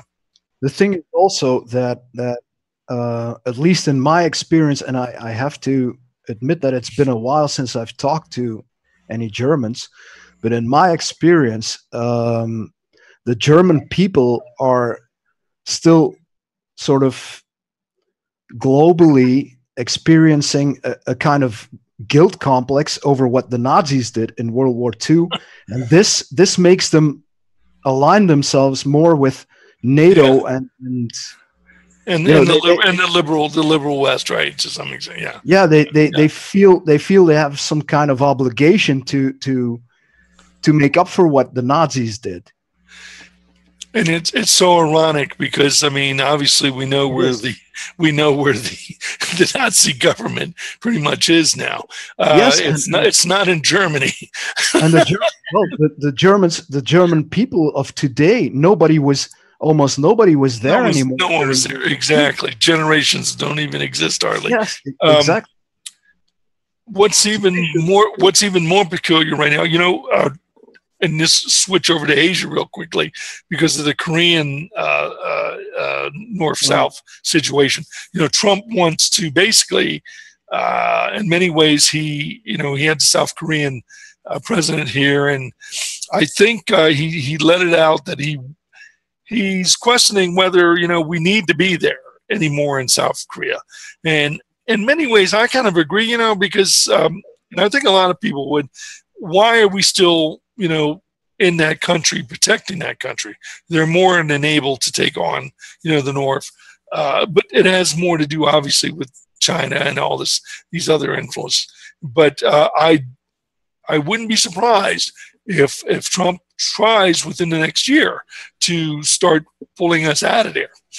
He's stirring pots, he's stirring the pot up right now with international trade, which has upset a lot of business people too. So I don't know where he's going with some of this stuff. I don't know if it's him just being him or it's other influences, within his administration. But it would be very interesting to see if the United States might pull out, at least in large troop numbers out of South Korea. There's no reason. It might alleviate some of the tension. Actually, that was something that Ron Paul already suggested. Oh yeah. And right. I think it would be a good idea, but of course, I can also see that it's an idea that would be met with skepsis in the United States because of the military-industrial complex and the empire really wanting to keep a foot in the door everywhere and selling their ware. Yeah, and it's the same thing recently with Taiwan as well. We just made a big sale to Taiwan, and China is upset with it, and the U.S. is still pushing this agenda of arming China's neighbors, Japan, arming and controlling, really, because if you look at how many military bases, U.S. military bases, there are all over the world. Yeah. Especially in Asia, yeah. Especially in Asia, there are 50 or 52 U.S. military bases just on the mainland, the main island of Japan. That's just Japan. And then what's the large island to the south? We have a huge Marine Corps base there. Diego Garcia? No. I'm talking about in Japan. What's that island? Okinawa. Okinawa. Yeah. Okinawa is actually originally ethnically Chinese. Well, yeah, you're totally correct there. But I'm talking about it is under Japanese control. But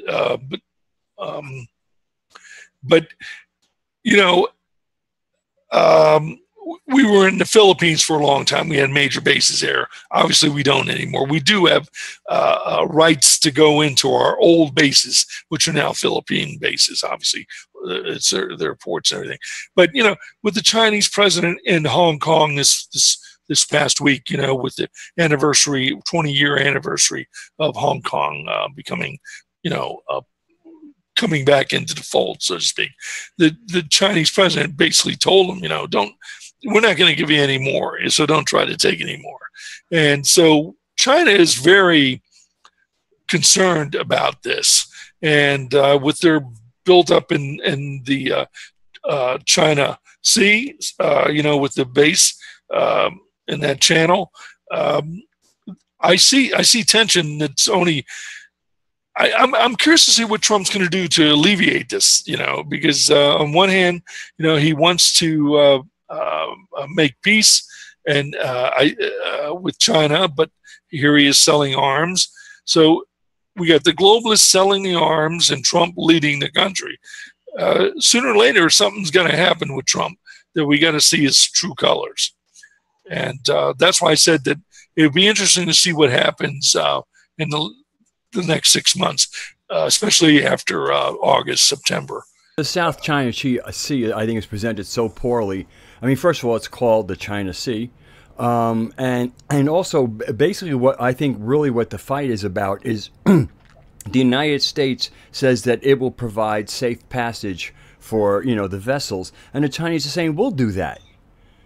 They're certainly capable of it. They are the first merchants of the world. The last thing they're going to do is be antagonistic to free passage. Now, maybe what certain people are concerned about is a lot of times like what happened in World War II, like the Lusitania supposedly had weapons on it.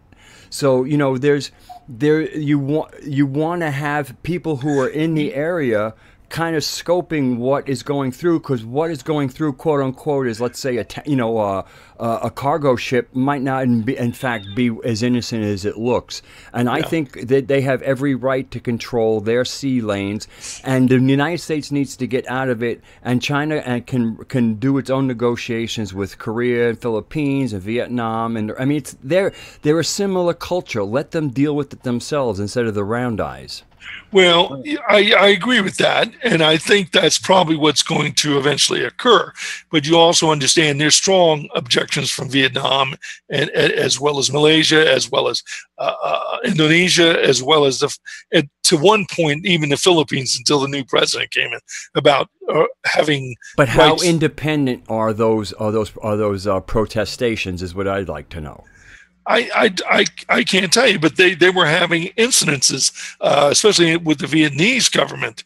China was, they were shooting at each other as recently as 2 years ago, before these islands were being developed. If not, that's not the business of the Americans. I feel unless American shipping was being impacted, and I don't know that it was. The only reason why the Americans are objecting right now, because I think the reality with the U.S. Navy is there. Okay.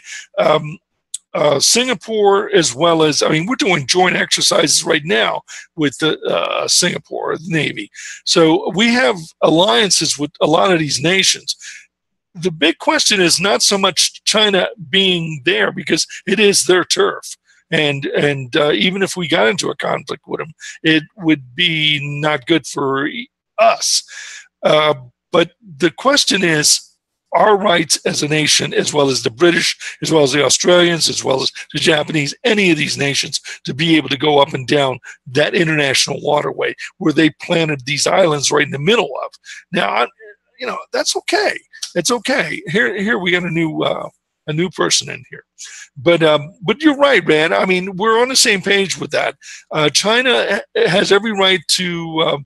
When you say manage their coastal waters and basically be the policeman, especially of their size and influence. So there's no argument there.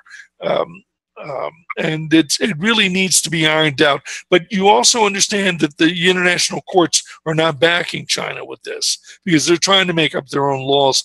China could get what it wants. It just needs to be a little more negotiable about it, probably, because no one's going to really challenge them in the real sense. They got too much influence, economically. But I agree with you. We don't need to be there, but our Navy is so big, and the Navy is the number one military force in the U.S. government. No, it's actually the number one kind of military force on the seas. We took over from England when they had control of the seas. I'm talking about in the United States as far as military.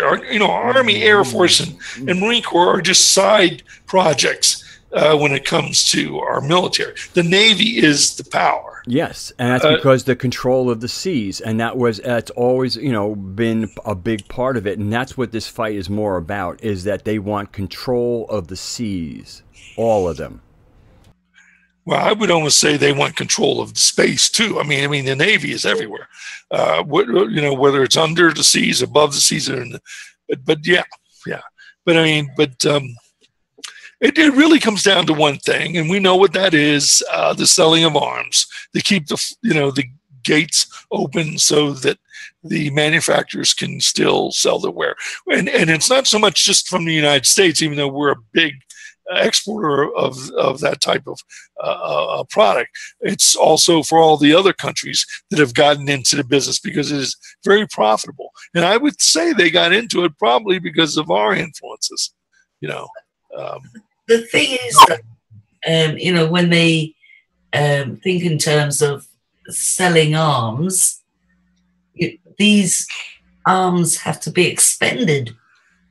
They have to be used. Otherwise, yeah. Well, look at the cruise missile things. They especially during the Gulf War. They had to use them up. We got a person who would know a lot about this here now. Rolf? Rolf? Yeah. Hi, Rolf's Rolf. here. Yeah, how you doing? Sorry, I was watching Tour de France. Just now noticed the note that Red had sent earlier that you guys meeting. So, Okay. Well, I'm glad you're here. But you hear what we're talking about now. We're just talking about international stuff and what's occurring around the world. which emanated, did it not, from an inquiry as to what can we do to change things, really? Yeah, well, the conversation I heard, you were talking about the honest job. I was actually working anti-submarine. You're kind of cutting out there, Rolf. So, I'm sorry. Maybe if you turn off your picture, or until maybe until your internet catches up, because sometimes it's a matter of bandwidth. Okay. Let's see. What do I do? I can always do that for you. Yeah, why don't you just turn me off and then yeah, you only need to see my voice. Well, it's good. It's good to see you. It's good to see you. Well, I just realized that I wasn't host for a second. I just reclaimed host from Aragorn, and now I have stop video. We're gonna try that, and then we'll turn. You can always turn your video on once. Sometimes it's just the beginning of things that you don't have a good connection, and then the connection builds. Right. Yeah. I actually have 3 Wi-Fi towers spread around this small house, and I still don't get coverage like I'd like to have. So, kind of strange. Wi-Fi is one of the mysteries that I don't quite get. So far. I don't like using it anymore. Once I found out that it's actually there's negative health benefits to it, so I'm now thinking in my new house I'm going to probably have Wi-Fi up only at certain times of the day, and then restricted to a certain part of the house. I actually am setting up a kind of a computer lab and a library. So I'm getting the ultimate house. Good. That sounds good. Well, I have a cable connection from my router. There's no Wi-Fi in my house. Yeah, that's what I do. I have Wi-Fi, but I'm connected by cable. I only use the Wi-Fi from my phone. So yeah, probably the best way to do it. And I'm stringing Ethernet around too. I feel better today. For years I was using it, at the ranch and also in other places I've lived. And since I've 2 years now that I haven't used it, I feel much better. And I don't. And I'm generally, and I'm talking about being around a computer all the time is what I'm really referring it to. I have my own medical issues like we all do. But I'm about ready to just drop all my electronics and go totally, electro-vegan or something like that. Yeah. I was telling Aragorn, he looks like he's from Southern California, where you're from or where you're living right now. He looks like he belongs down on the beach, doesn't he? Well, yeah, of course. All of us have long hair and shaggy. Yeah, you're a bunch of hippies, that hipsters, beatniks. Beatnik. You remember the beatniks? Yeah, that's a very, very old term that kind of went out in about 1962, I think. I know, but you remember that's not hip anymore. The beat community. You know what I mean? part of the beat community turned into the hippies, I suppose. So, well, some of them, yeah. I had no part of any of those guys. I was by that time already part of the military establishment. Thought all the hip folk were totally drug crazed, and but you're bringing it back in. You know that. You're bringing it back in. You're gonna go to Sedona and corrupt all those people. Oh, God. I think they've already corrupted me. So. You're gonna go to Sedona and seduce all the New Agers. Yeah, well, I think I've already gone over. I'm growing my hair out, so there you go. That's all right. It's a good place to live. Yeah, we were talking about China and the influences there. Anyway, when I conversation, right. I can give you a quick overview. Oh, can I start it? I think I'm still later. I'm still behind. Let me give you a quick overview, if I can, over the situation that was, at least as of 3 or 4 years ago, in the South China area. Okay, great. I'll do it in an unclassified manner, if you like. When you look at the way power projection of our Navy is set up, we used to have a very strong base in the Philippine Islands. The Filipinos basically pushed us out, and our Navy is now in Guam. Yes, which is a U.S. Island. We own it, and we have a very base, basically, and we power project both TV and from. I'm sorry, I need to get closer to Mike Radiga here. We power project basically that island, and also the island south of Japan, and we're having trouble there, which is indigenous Japan. What is Okinawa, as we were talking before, yeah. Yeah, Okinawa, and the Marines there keep raping the Japanese girls, yeah, and want to throw us off. So we power project out of those two areas, and then also Korea somewhat too. But Navy-wise, everything now is pretty much centered on basically two areas, and that's Guam and Diego Garcia in the Indian Ocean. Yeah. Diego Garcia is a massive base, has even underground facilities, and has black facilities that apparently are really where they do some very strange things, but they do some very cruel things too.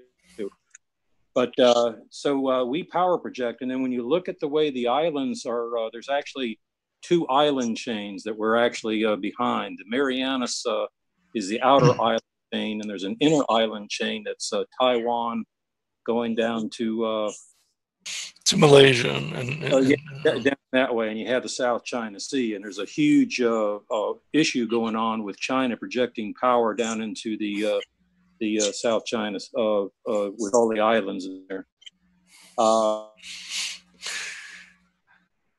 Now, what about the Vietnamese? I want to hear about the Vietnamese, because that's where really the crutch of a lot of this is occurring with the Vietnamese. Well, believe it or not, there is more or less, even though we had the Vietnamese conflict, there's sort of an underground alliance forming between the United States and the Vietnamese to oppose Chinese power. And people probably forget that China and Vietnam went to war with each other. That's right. 30 some odd years ago, and they do not like each other. They are traditional enemies. Yeah, right after the Vietnam won. That's right, or at least several of the major battles, right? Yeah. Yes, the Vietnamese are actually pretty tough, but they haven't tested themselves in a number of years, so who knows how strong. They have a carrier, new carrier that they just kind of brought in, but a carrier is very difficult to run. Steam catapults are to use. It takes a lot of expertise to use these things, and our power projection comes off the 11 carriers that we now have, and plus the nuclear submarines that we run underneath. And actually, the true power is the nuclear submarines underneath. Yeah. The Chinese actually have, and this is not well known in the general public, they actually have a ballistic missile capability to take out carriers that they can actually fire over the horizon. They have over the horizon radar that they can see basically the fire area all the way out to the outer chain, out to Guam and such. So if the Chinese really want to, say, invade Taiwan, it would be a very, very dicey war in terms of can the United States actually keep them from getting onto the island. It would be a very bloody conflict. Well, let me add just one thing here, because we know that if that scenario ever happened, the U.S. Navy would retreat after one incident, because otherwise it would be a total destruct. We wouldn't want to lose our Navy because of Taiwan. And the danger of one incident occurring, meaning one carrier group being taken out or one aircraft carrier, would be more than enough for us to back off. And I think that's understood. But yeah, but there's something that happened late last year, early this year, and I actually talked to some of my Navy friends about that, and that was the fact that all the carriers were in port for a period of about 3 to 4 months. They were, and this is highly unusual, they never, ever, ever have all carriers in port. You're talking about in the Pacific theater. No, I'm talking about every one of the 11 carriers were in port at the same time. Their electronics were being retrofitted to fiber optics, so they couldn't be shut down so easily by the Kibidni system that the Russia's been using, like against the Cook and things like that. That works against their old system. Fiber optics apparently are not so easy to hack that way. Did you read that, Brad? Because I didn't hear it. Several places, but I also verified it. I never believe anything I read. I verified that with some Navy guys that I used to work with. So and they had. We're losing you. We're losing you. You got to either stabilize your device, or because we're losing you. Yeah, I lost you a little bit, and I got up and moved, and probably lost signal for you. Can you hear me now? Yes. No, okay. I can hear. The other thing that I found out, and this was by now this is Dave Wilcock, which I have high positives on from, but this is from his stuff that I search. I mean, he comes up with stuff that I can't verify. I only partially verify. It was his opinion that there were some very advanced weaponry being installed on these carriers during that time. Okay. I have no verification, independently with my guys, but I will say the guys that I worked with, and remember, I worked with, when I was with the Anti-Submarine Warfare Command here, I worked with every one of the carrier groups at one time or another, in terms of anti-submarine warfare. But the levels that I would have been on, I would have never heard, and they would have never heard. If there's some very, very secret things put on there, they wouldn't know about. Well, I mean, even hearing that all the carriers were taken offline, so to speak, and port sounds... I don't want to say, I doubt that would have been public information, because there was no hint of it anywhere. And I was just reading some naval stuff today about the new, what is it called? The Corona, that new ship that's in Singapore right now. Do you know the one I'm talking about? The Corona. It's a transport ship. It's a sort of like a smaller carrier. Yeah, Yeah. Which is an amphib carrier. Yeah. Yeah. What? It is a power projection platform for yes. to basically launch LCACs out of and such like that. Exactly. It got called back in 2006, I think, back to Hawaii from its. It was, put out in the Southeast Asia, down by Singapore, and it's back there now. But it was having electronic problems, and what you've been saying about the carrier, aircraft carrier recall makes perfect sense. Why it was called back last year for several months. They said it was engineering problems, but I'm starting to believe now it was much more serious in the sense of what you're relating to. But yeah. So what do you think? I mean, we're not going to take on. Go ahead. Sorry. No, that's all right. I just keep losing you. What I want to know is I don't see us engaging with China in any naval stuff. And as you said, their aircraft carrier, the one that's operational right now, and then they also have a new one that's coming online, which is a real aircraft carrier. But their other one, their first one is vintage, 60s or whatever. But they're nowhere near our class in Navy. But eventually they will get there. And within, a decade or two, and they'll be able to take us on full steam.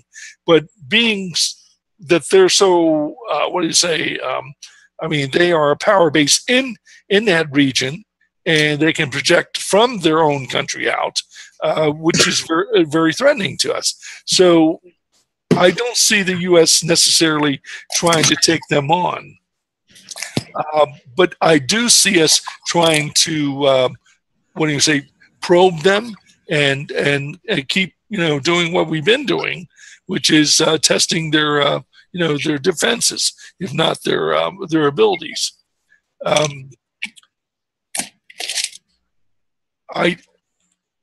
We were early talking about, the thing of the possibility of Trump starting to withdraw troops from South Korea, especially in what is happening in the last week or so, with the president of South Korea coming there and him hinting around that we don't really need to get into a nuclear war with North Korea in defense of South Korea, especially after all these years, 70 years plus, what is our loyalty to them? He even came out and said, why are we so loyal to South Korea? What is this about? Now, obviously, what he's talking about, and what, or I should say, why we want to be influenced there. But what do you think about the possibilities of us pulling out of there? Are you there? I'm talking to you, Rolf. Yeah. Yeah. Okay, Korea. Korea is kind of a weird thing. What people don't seem to really understand is one of the real reasons we are there is to keep the South Koreans from. They are well and truly capable of defending themselves. Yes. They are vastly more powerful than North Koreans. The only thing that the North Koreans have is a nuclear capability, and they're within long-range artillery range of Seoul, and so they can devastate Seoul quite easily.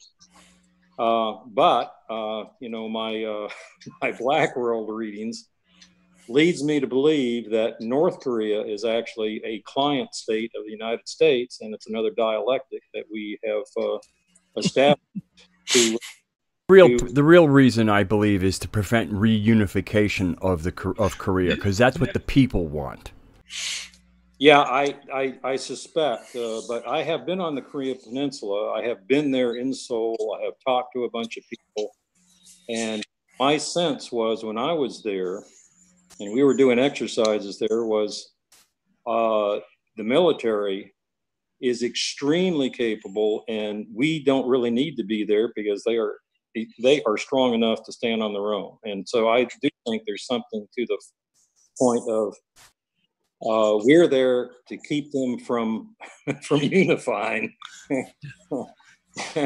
and not anything close to what the supposed real quote unquote reasons that we put in the newspapers. Yeah, because a unified Korea would be very strong, just like when unification of Germany occurred. I mean, it would only get stronger, and the economy eventually, would surpass Japan, obviously, as it's doing. And yeah, so you're absolutely right about all this. I agree with that.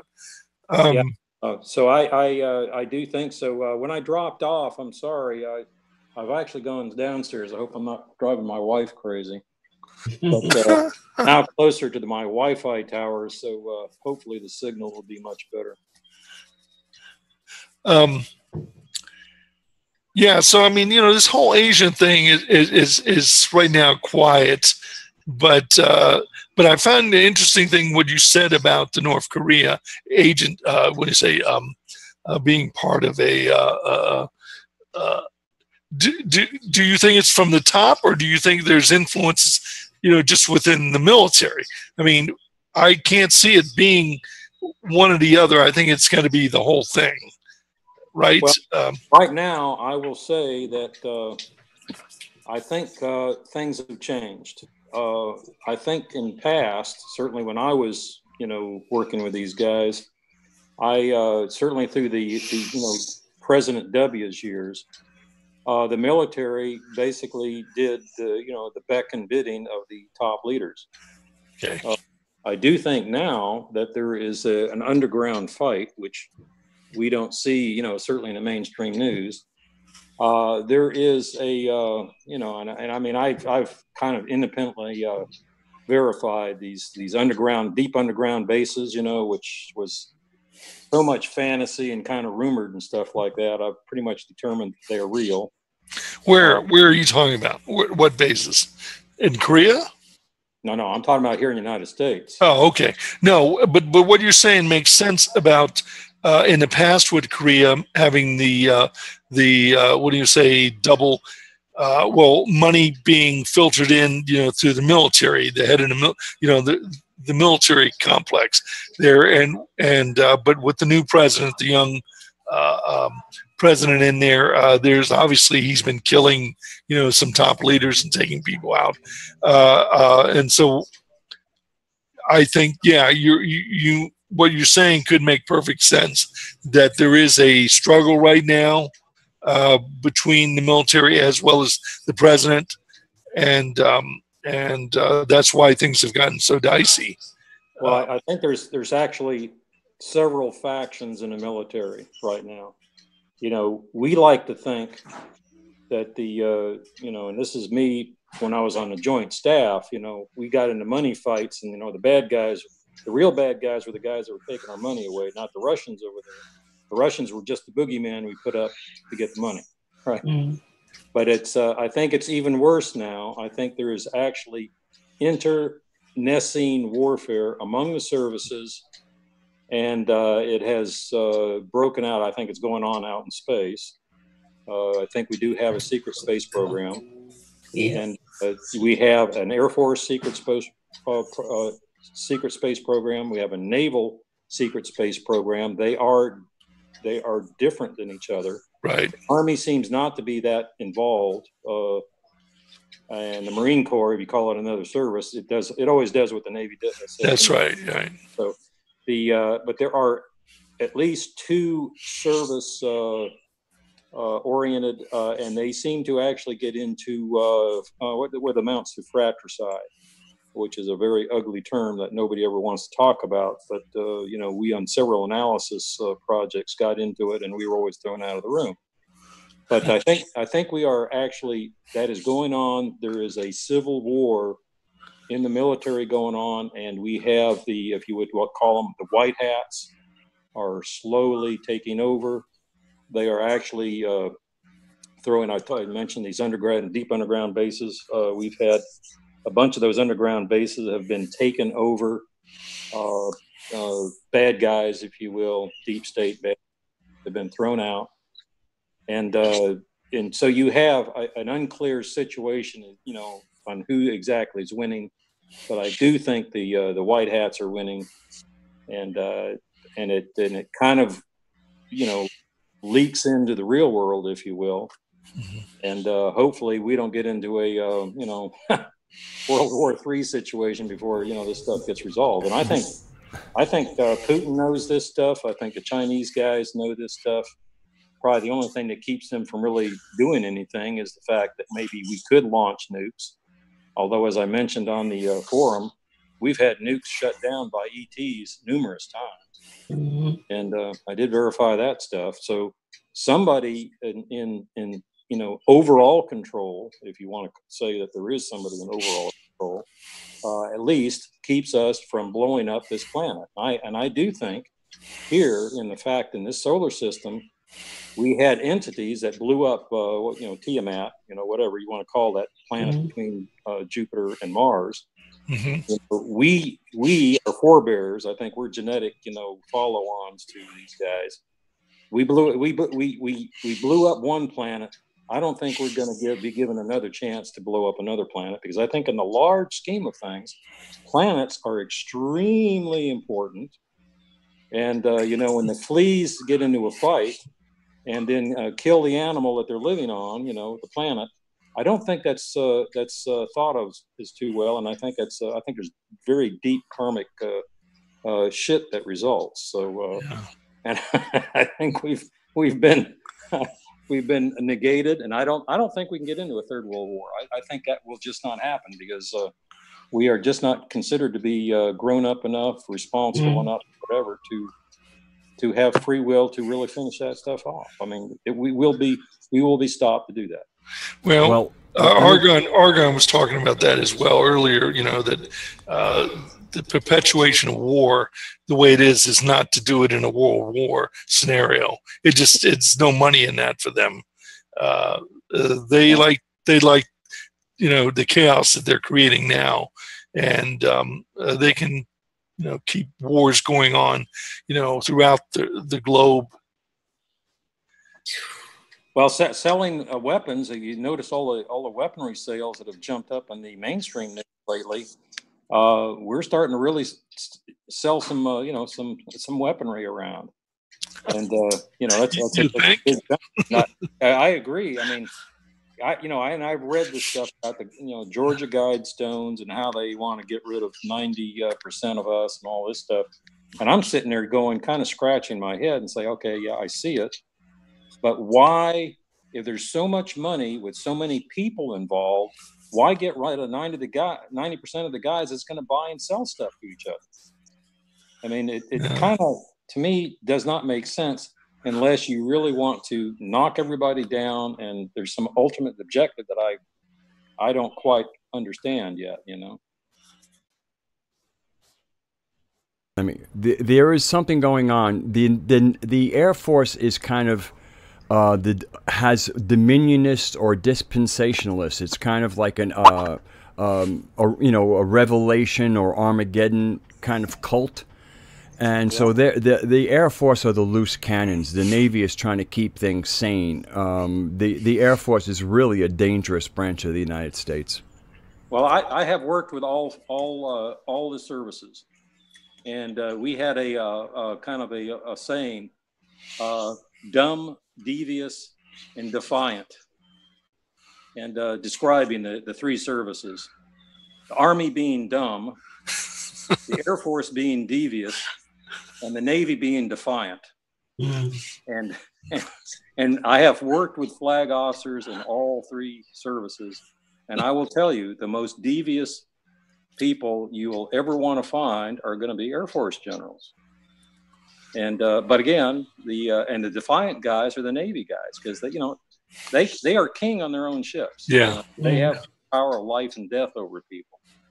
But the Air Force guys, they're all fighter pilots. There's no non-fighter pilot gets to the top of the Air Force. Right, right.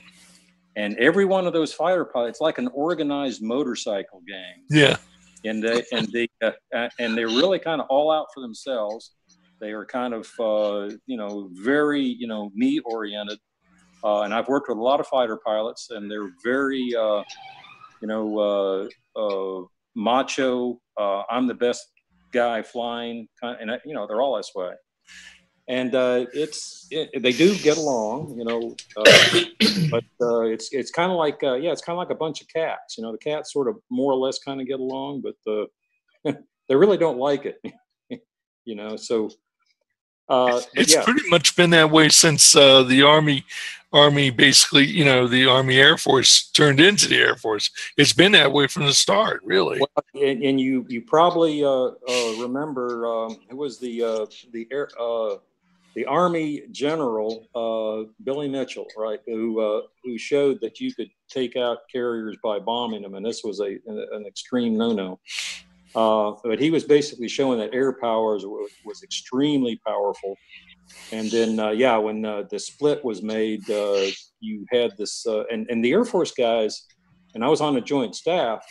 The Air Force guys always have a junior service kind of chip on their shoulder, because the Army and the Navy always say, you're the junior service, we're the senior services, and you Air Force guys are Johnny-come-latelys, and so they're and I see it in the Joint Staff fights, and this percolates all the way up through. And I was part of the POM process, which is Program Objective Memorandum, which is the budgetary process. And we actually came up with a way of how we a numerical weighting technique of how we could steal the other guy's money. And actually, it was some game theoretic methods and stuff like this. But this is how you can weight things and make things on each shred of the program objective memorandum to make the other guys bid on the wrong thing, so that you could actually get more of your stuff and take more money away from them. But with the Air Force guys do have this, I'm better than you are, because they're all pilots. And by the way, your toys, I'm going to take your toys away from you because I'm a better person, and I'm in a better service. And it's really like they think they're completely different than anybody else. So after hearing that, I guess there's no hope for America, because if Congress, we've pretty much given up on the political sense. So we're hoping maybe the military might save us. I guess we can forget that. Well, I don't know. I do think. I'm only kidding, of course. You have to maybe when you get into the military, you find out that the political guys are the flag officers, the admirals and the generals and such like that. The guys that really make things happen in the military are at the 06 level, which in the Navy, those are captains. And in the Air Force and Army, those are majors and colonels. I'm sorry, they're colonels. They're colonels, full colonels. So those are the guys that they have the real power. They're the ones that actually have because they're at the working level. They work down. They have the major projects. Yeah. And the flags are the guys that are really doing the political games to get things done. But then, as you get up to the top level, the COCOMs, what used to be called commanders in chief or sinks, they're the warlords. We have carved up the globe into, I think it's 7 basically fiefdoms, if you will. And each one has a COCOM, a combatant commander, that runs that part of the globe. So that's the ultimate place where you want to have your power. But getting back to the point, the 06s are the guys that if they would get together, they could really take over and make things happen, because they're actually working with the troops. Yeah, that makes sense. So, but now on the Air Force side, and I will say that other than the very tip top, who I think have turned over into the bad guys, sold their souls, if you will. There are a whole bunch of military guys that really believe in what they're doing. They, God, country, taking care of the civilians, you guys who are too stupid to take care of yourselves. they all think. But they feel an obligation, you know, as being the warriors, the warrior class, and they really do believe this, that it is their mission to take care of the civilian population and provide for the common defense. So these guys really at base have a good heart. They are just trying to do it in a broken manner, which is warfare. But if you get into a fight, and you know you have a fight out in space, which I think is going on, and it's a very multi-sided fight with ETs and guys from Inner Earth and all this other stuff that's might be happening. Mm-hmm. I do think that there is some level of the military that will feel that we should be working together, and if the top guys are corrupt, I think that they could possibly get together and run things. I mean, I think it's certainly possible. Mm-hmm. And I don't by any means think that we're down the river, because the top of the military is basically sold out. Yeah. So I do think that's pretty possible. much like Congress. You're exactly right. Yeah. Yeah. So no, I think the congressionals, and I've worked with some political appointees.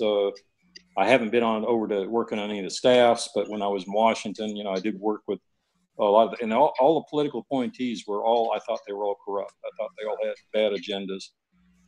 They were working for their parties. They weren't working for the military or for the for the good of the people. I thought. And where they go from that, if they retire, obviously, is for the corporation lobbyist. The military industrial complex. The military guys, yeah, did that. I mean, I retired out as a GS-15, which is about the same. Pretty high. Yeah. It's about the same level as a captain in the Navy or a colonel in the Army. But I retired out as that, and I became a contractor, made a bunch of money, then lost it when W trashed the economy. And it's kind of what everybody does. That's sort of your second service. Yeah. And a lot of these guys make a lot of money, become very powerful in these businesses, and I think become very corrupt. Yeah. And it gets to the point what I was thinking about, we have the schizophrenia going on in this world. And from our observation, I mean, the psychopaths against those that want to be normal, if not behave normal, that see things logically or the way things should be. Is there any hope for us really as a humanity, so to speak, with this schizophrenia going on? The psychopathic group, and they're sprinkled through the whole societies in every country, just about, or I would say, obviously. Well, I think the first thing we have to walk ourselves away from is the fiat money system. Yeah. And that is the thing, the fear that drives everybody crazy is the fear of losing your financial capability to take care of your family and so forth. I saw people when I got into private business that would make decisions based on financial, like keeping my job. Yes. They were just corrupt. It was okay. Well, they were selling out because they needed to keep their house, keep their kids in school, all that. And I think it's a slow walk that if you're not careful, you will do that. And it plays out across in the entire society, whether in this country or other countries. You have people that are of reasonable minds that are in jobs, management, whatever, creative areas, tech. They don't want to lose, they don't want to jeopardize their families. They don't want to, necessarily lose what they've worked hard to obtain, but they know that things are not right. They know the ones that are corrupt. They know what's going on. And you're right. The fiat system is pretty much the root of it all. Yeah. How do you until we get rid of that system? And believe me, I mean, I've changed in the last 4 years from being an extreme capitalist to where I think it's absolutely, totally broken. I don't think that the capitalist system works at all because, I mean, you have the guys at the top basically reward their cronies. I mean, crony capitalism is not true. So I don't think money works. Fiat money, certainly. Now, if you go back to traditional money, where it's basically a barter system, you know, gold and silver is really a barter system. You're bartering. And labor of each other. Well, yeah. And, you know, we got to get to this point where we got to get away from this. And I think there's enough people that are capable of doing that. But there's so many people that are in trouble, especially after W trashed the economy so badly here in the United States. People just simply cannot. I mean, they're living hand to mouth. There are so many people are hand to mouth now, and they can't get away from it. And when you talk about the possibility, I mean, everybody looks at you like you're crazy. And of course, I'm more or less independent now because I do have a very nice pension and stuff. I do have some money put away. But almost, I mean, I'm talking 90% of the people that I run into now that once had money, they're all bereft. I mean, they've lost it all. You know, I've lost. To me, the real problem with any of these systems is they're unnatural to us. The natural system is our ecosystem, this planet, the riches that we have, and the fact that, you know, concepts of private property. When we look at Robin Hood, you couldn't hunt the king's deer.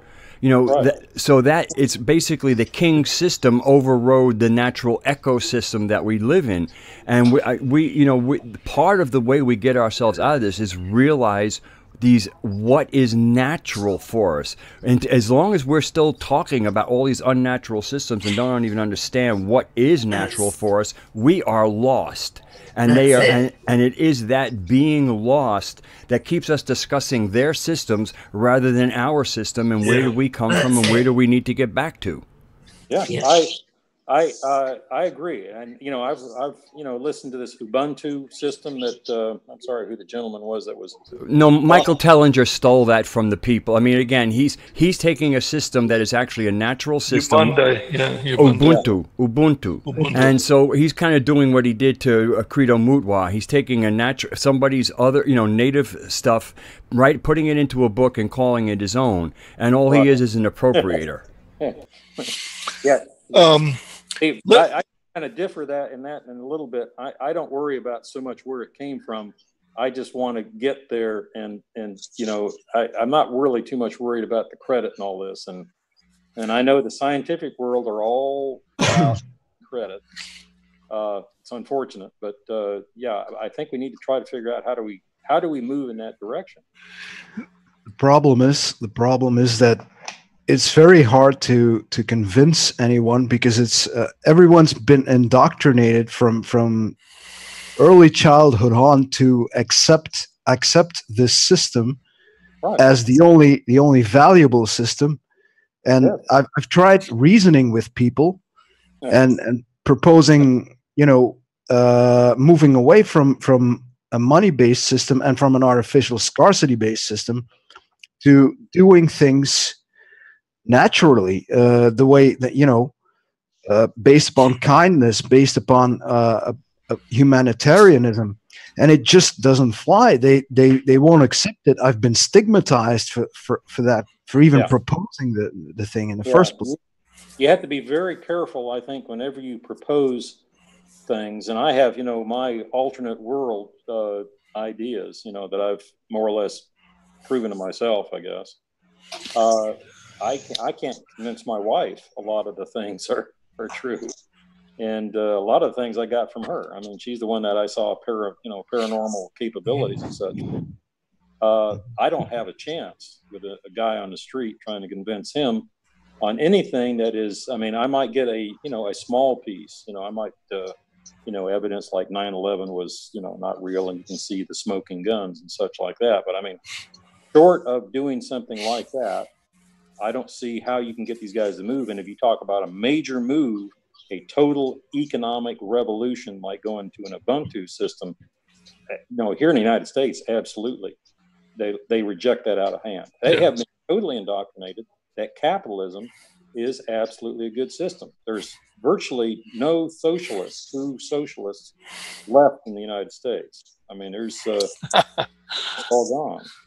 Yeah, I'm still I guess you'd call me one, but that has nothing to do with, you know. Well, you lived in a society where you had it was a sharing Yeah, society. I had a taste of it, and I understand that, you know, there's possibilities to it.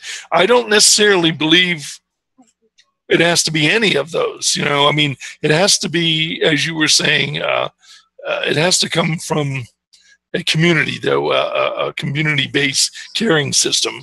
You know, that can live on the land. I mean, we are not able to just use the earth as we see fit.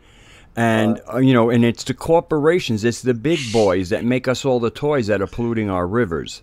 Yeah. You know, a few people crapping in a river doesn't destroy it, but pouring the kind of crap that only industries can do.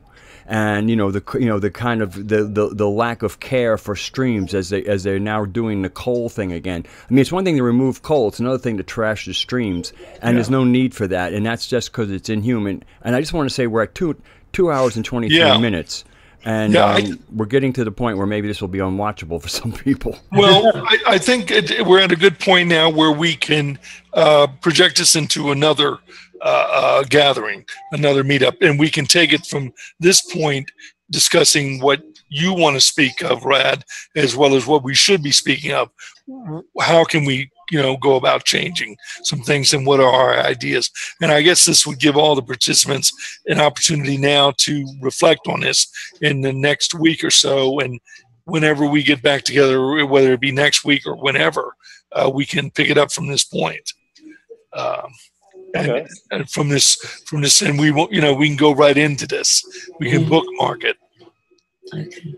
Say maybe Kathy and Aragorn final words here, if you have any. Well, I wouldn't really know. Final words on the subject, or final words on final words to the people watching. Anything. Oh, anything. I just well, my message is simply: I try to be the change I wish to see in the world. So, I simply try setting an example, and that's what I do. And whether people pick up on it or not, it affects me. I do care whether they pick up on it or not. But in the end, it's their decision, and I can only do so much as set the example and hope that it catches on. And well, that's about it. And Kathy, please say something so they don't think that men dominated the whole conversation. Well, you do, but nevertheless, I just think we should take small steps towards what we want to achieve. Just small steps. Be happy with them, and not be so anxious about achieving. You know, just take small steps towards, and we'll get there. We will. Yeah. I'll have to second that. I think, and I'm probably the youngest, of all you guys in my evolution or whatever. But I think you gotta work on yourself. You got to get yourself cleaned up. Let me tell you, I'm really bad. I daily, fall off. What I think I should be doing. So don't we all? Yeah, but I'm especially bad. So. And I think that's you gotta project it, and you gotta try to get yourself cleaned up, and then try to do those small steps. I'm full agreement. Try to get people to do the small things, and they start projecting to larger. But until they can see at least some small aspect that we got to change, they're just not going to change. Yeah, agreed. Right, I think that's a good place to close out. And so thank you all for joining us at Cosmic Emporium. And this is an ongoing conversation that will be continued. And we're glad that Kathy and Rolf and then Geo could join us. And actually it was Geo, Kathy, Rolf as they joined us. And so I'm just going to close it out now and say goodbye. Yeah. All right. Bye to you all. Good night, everybody. Yeah. Good night. God bless everybody. See you all soon. Okay.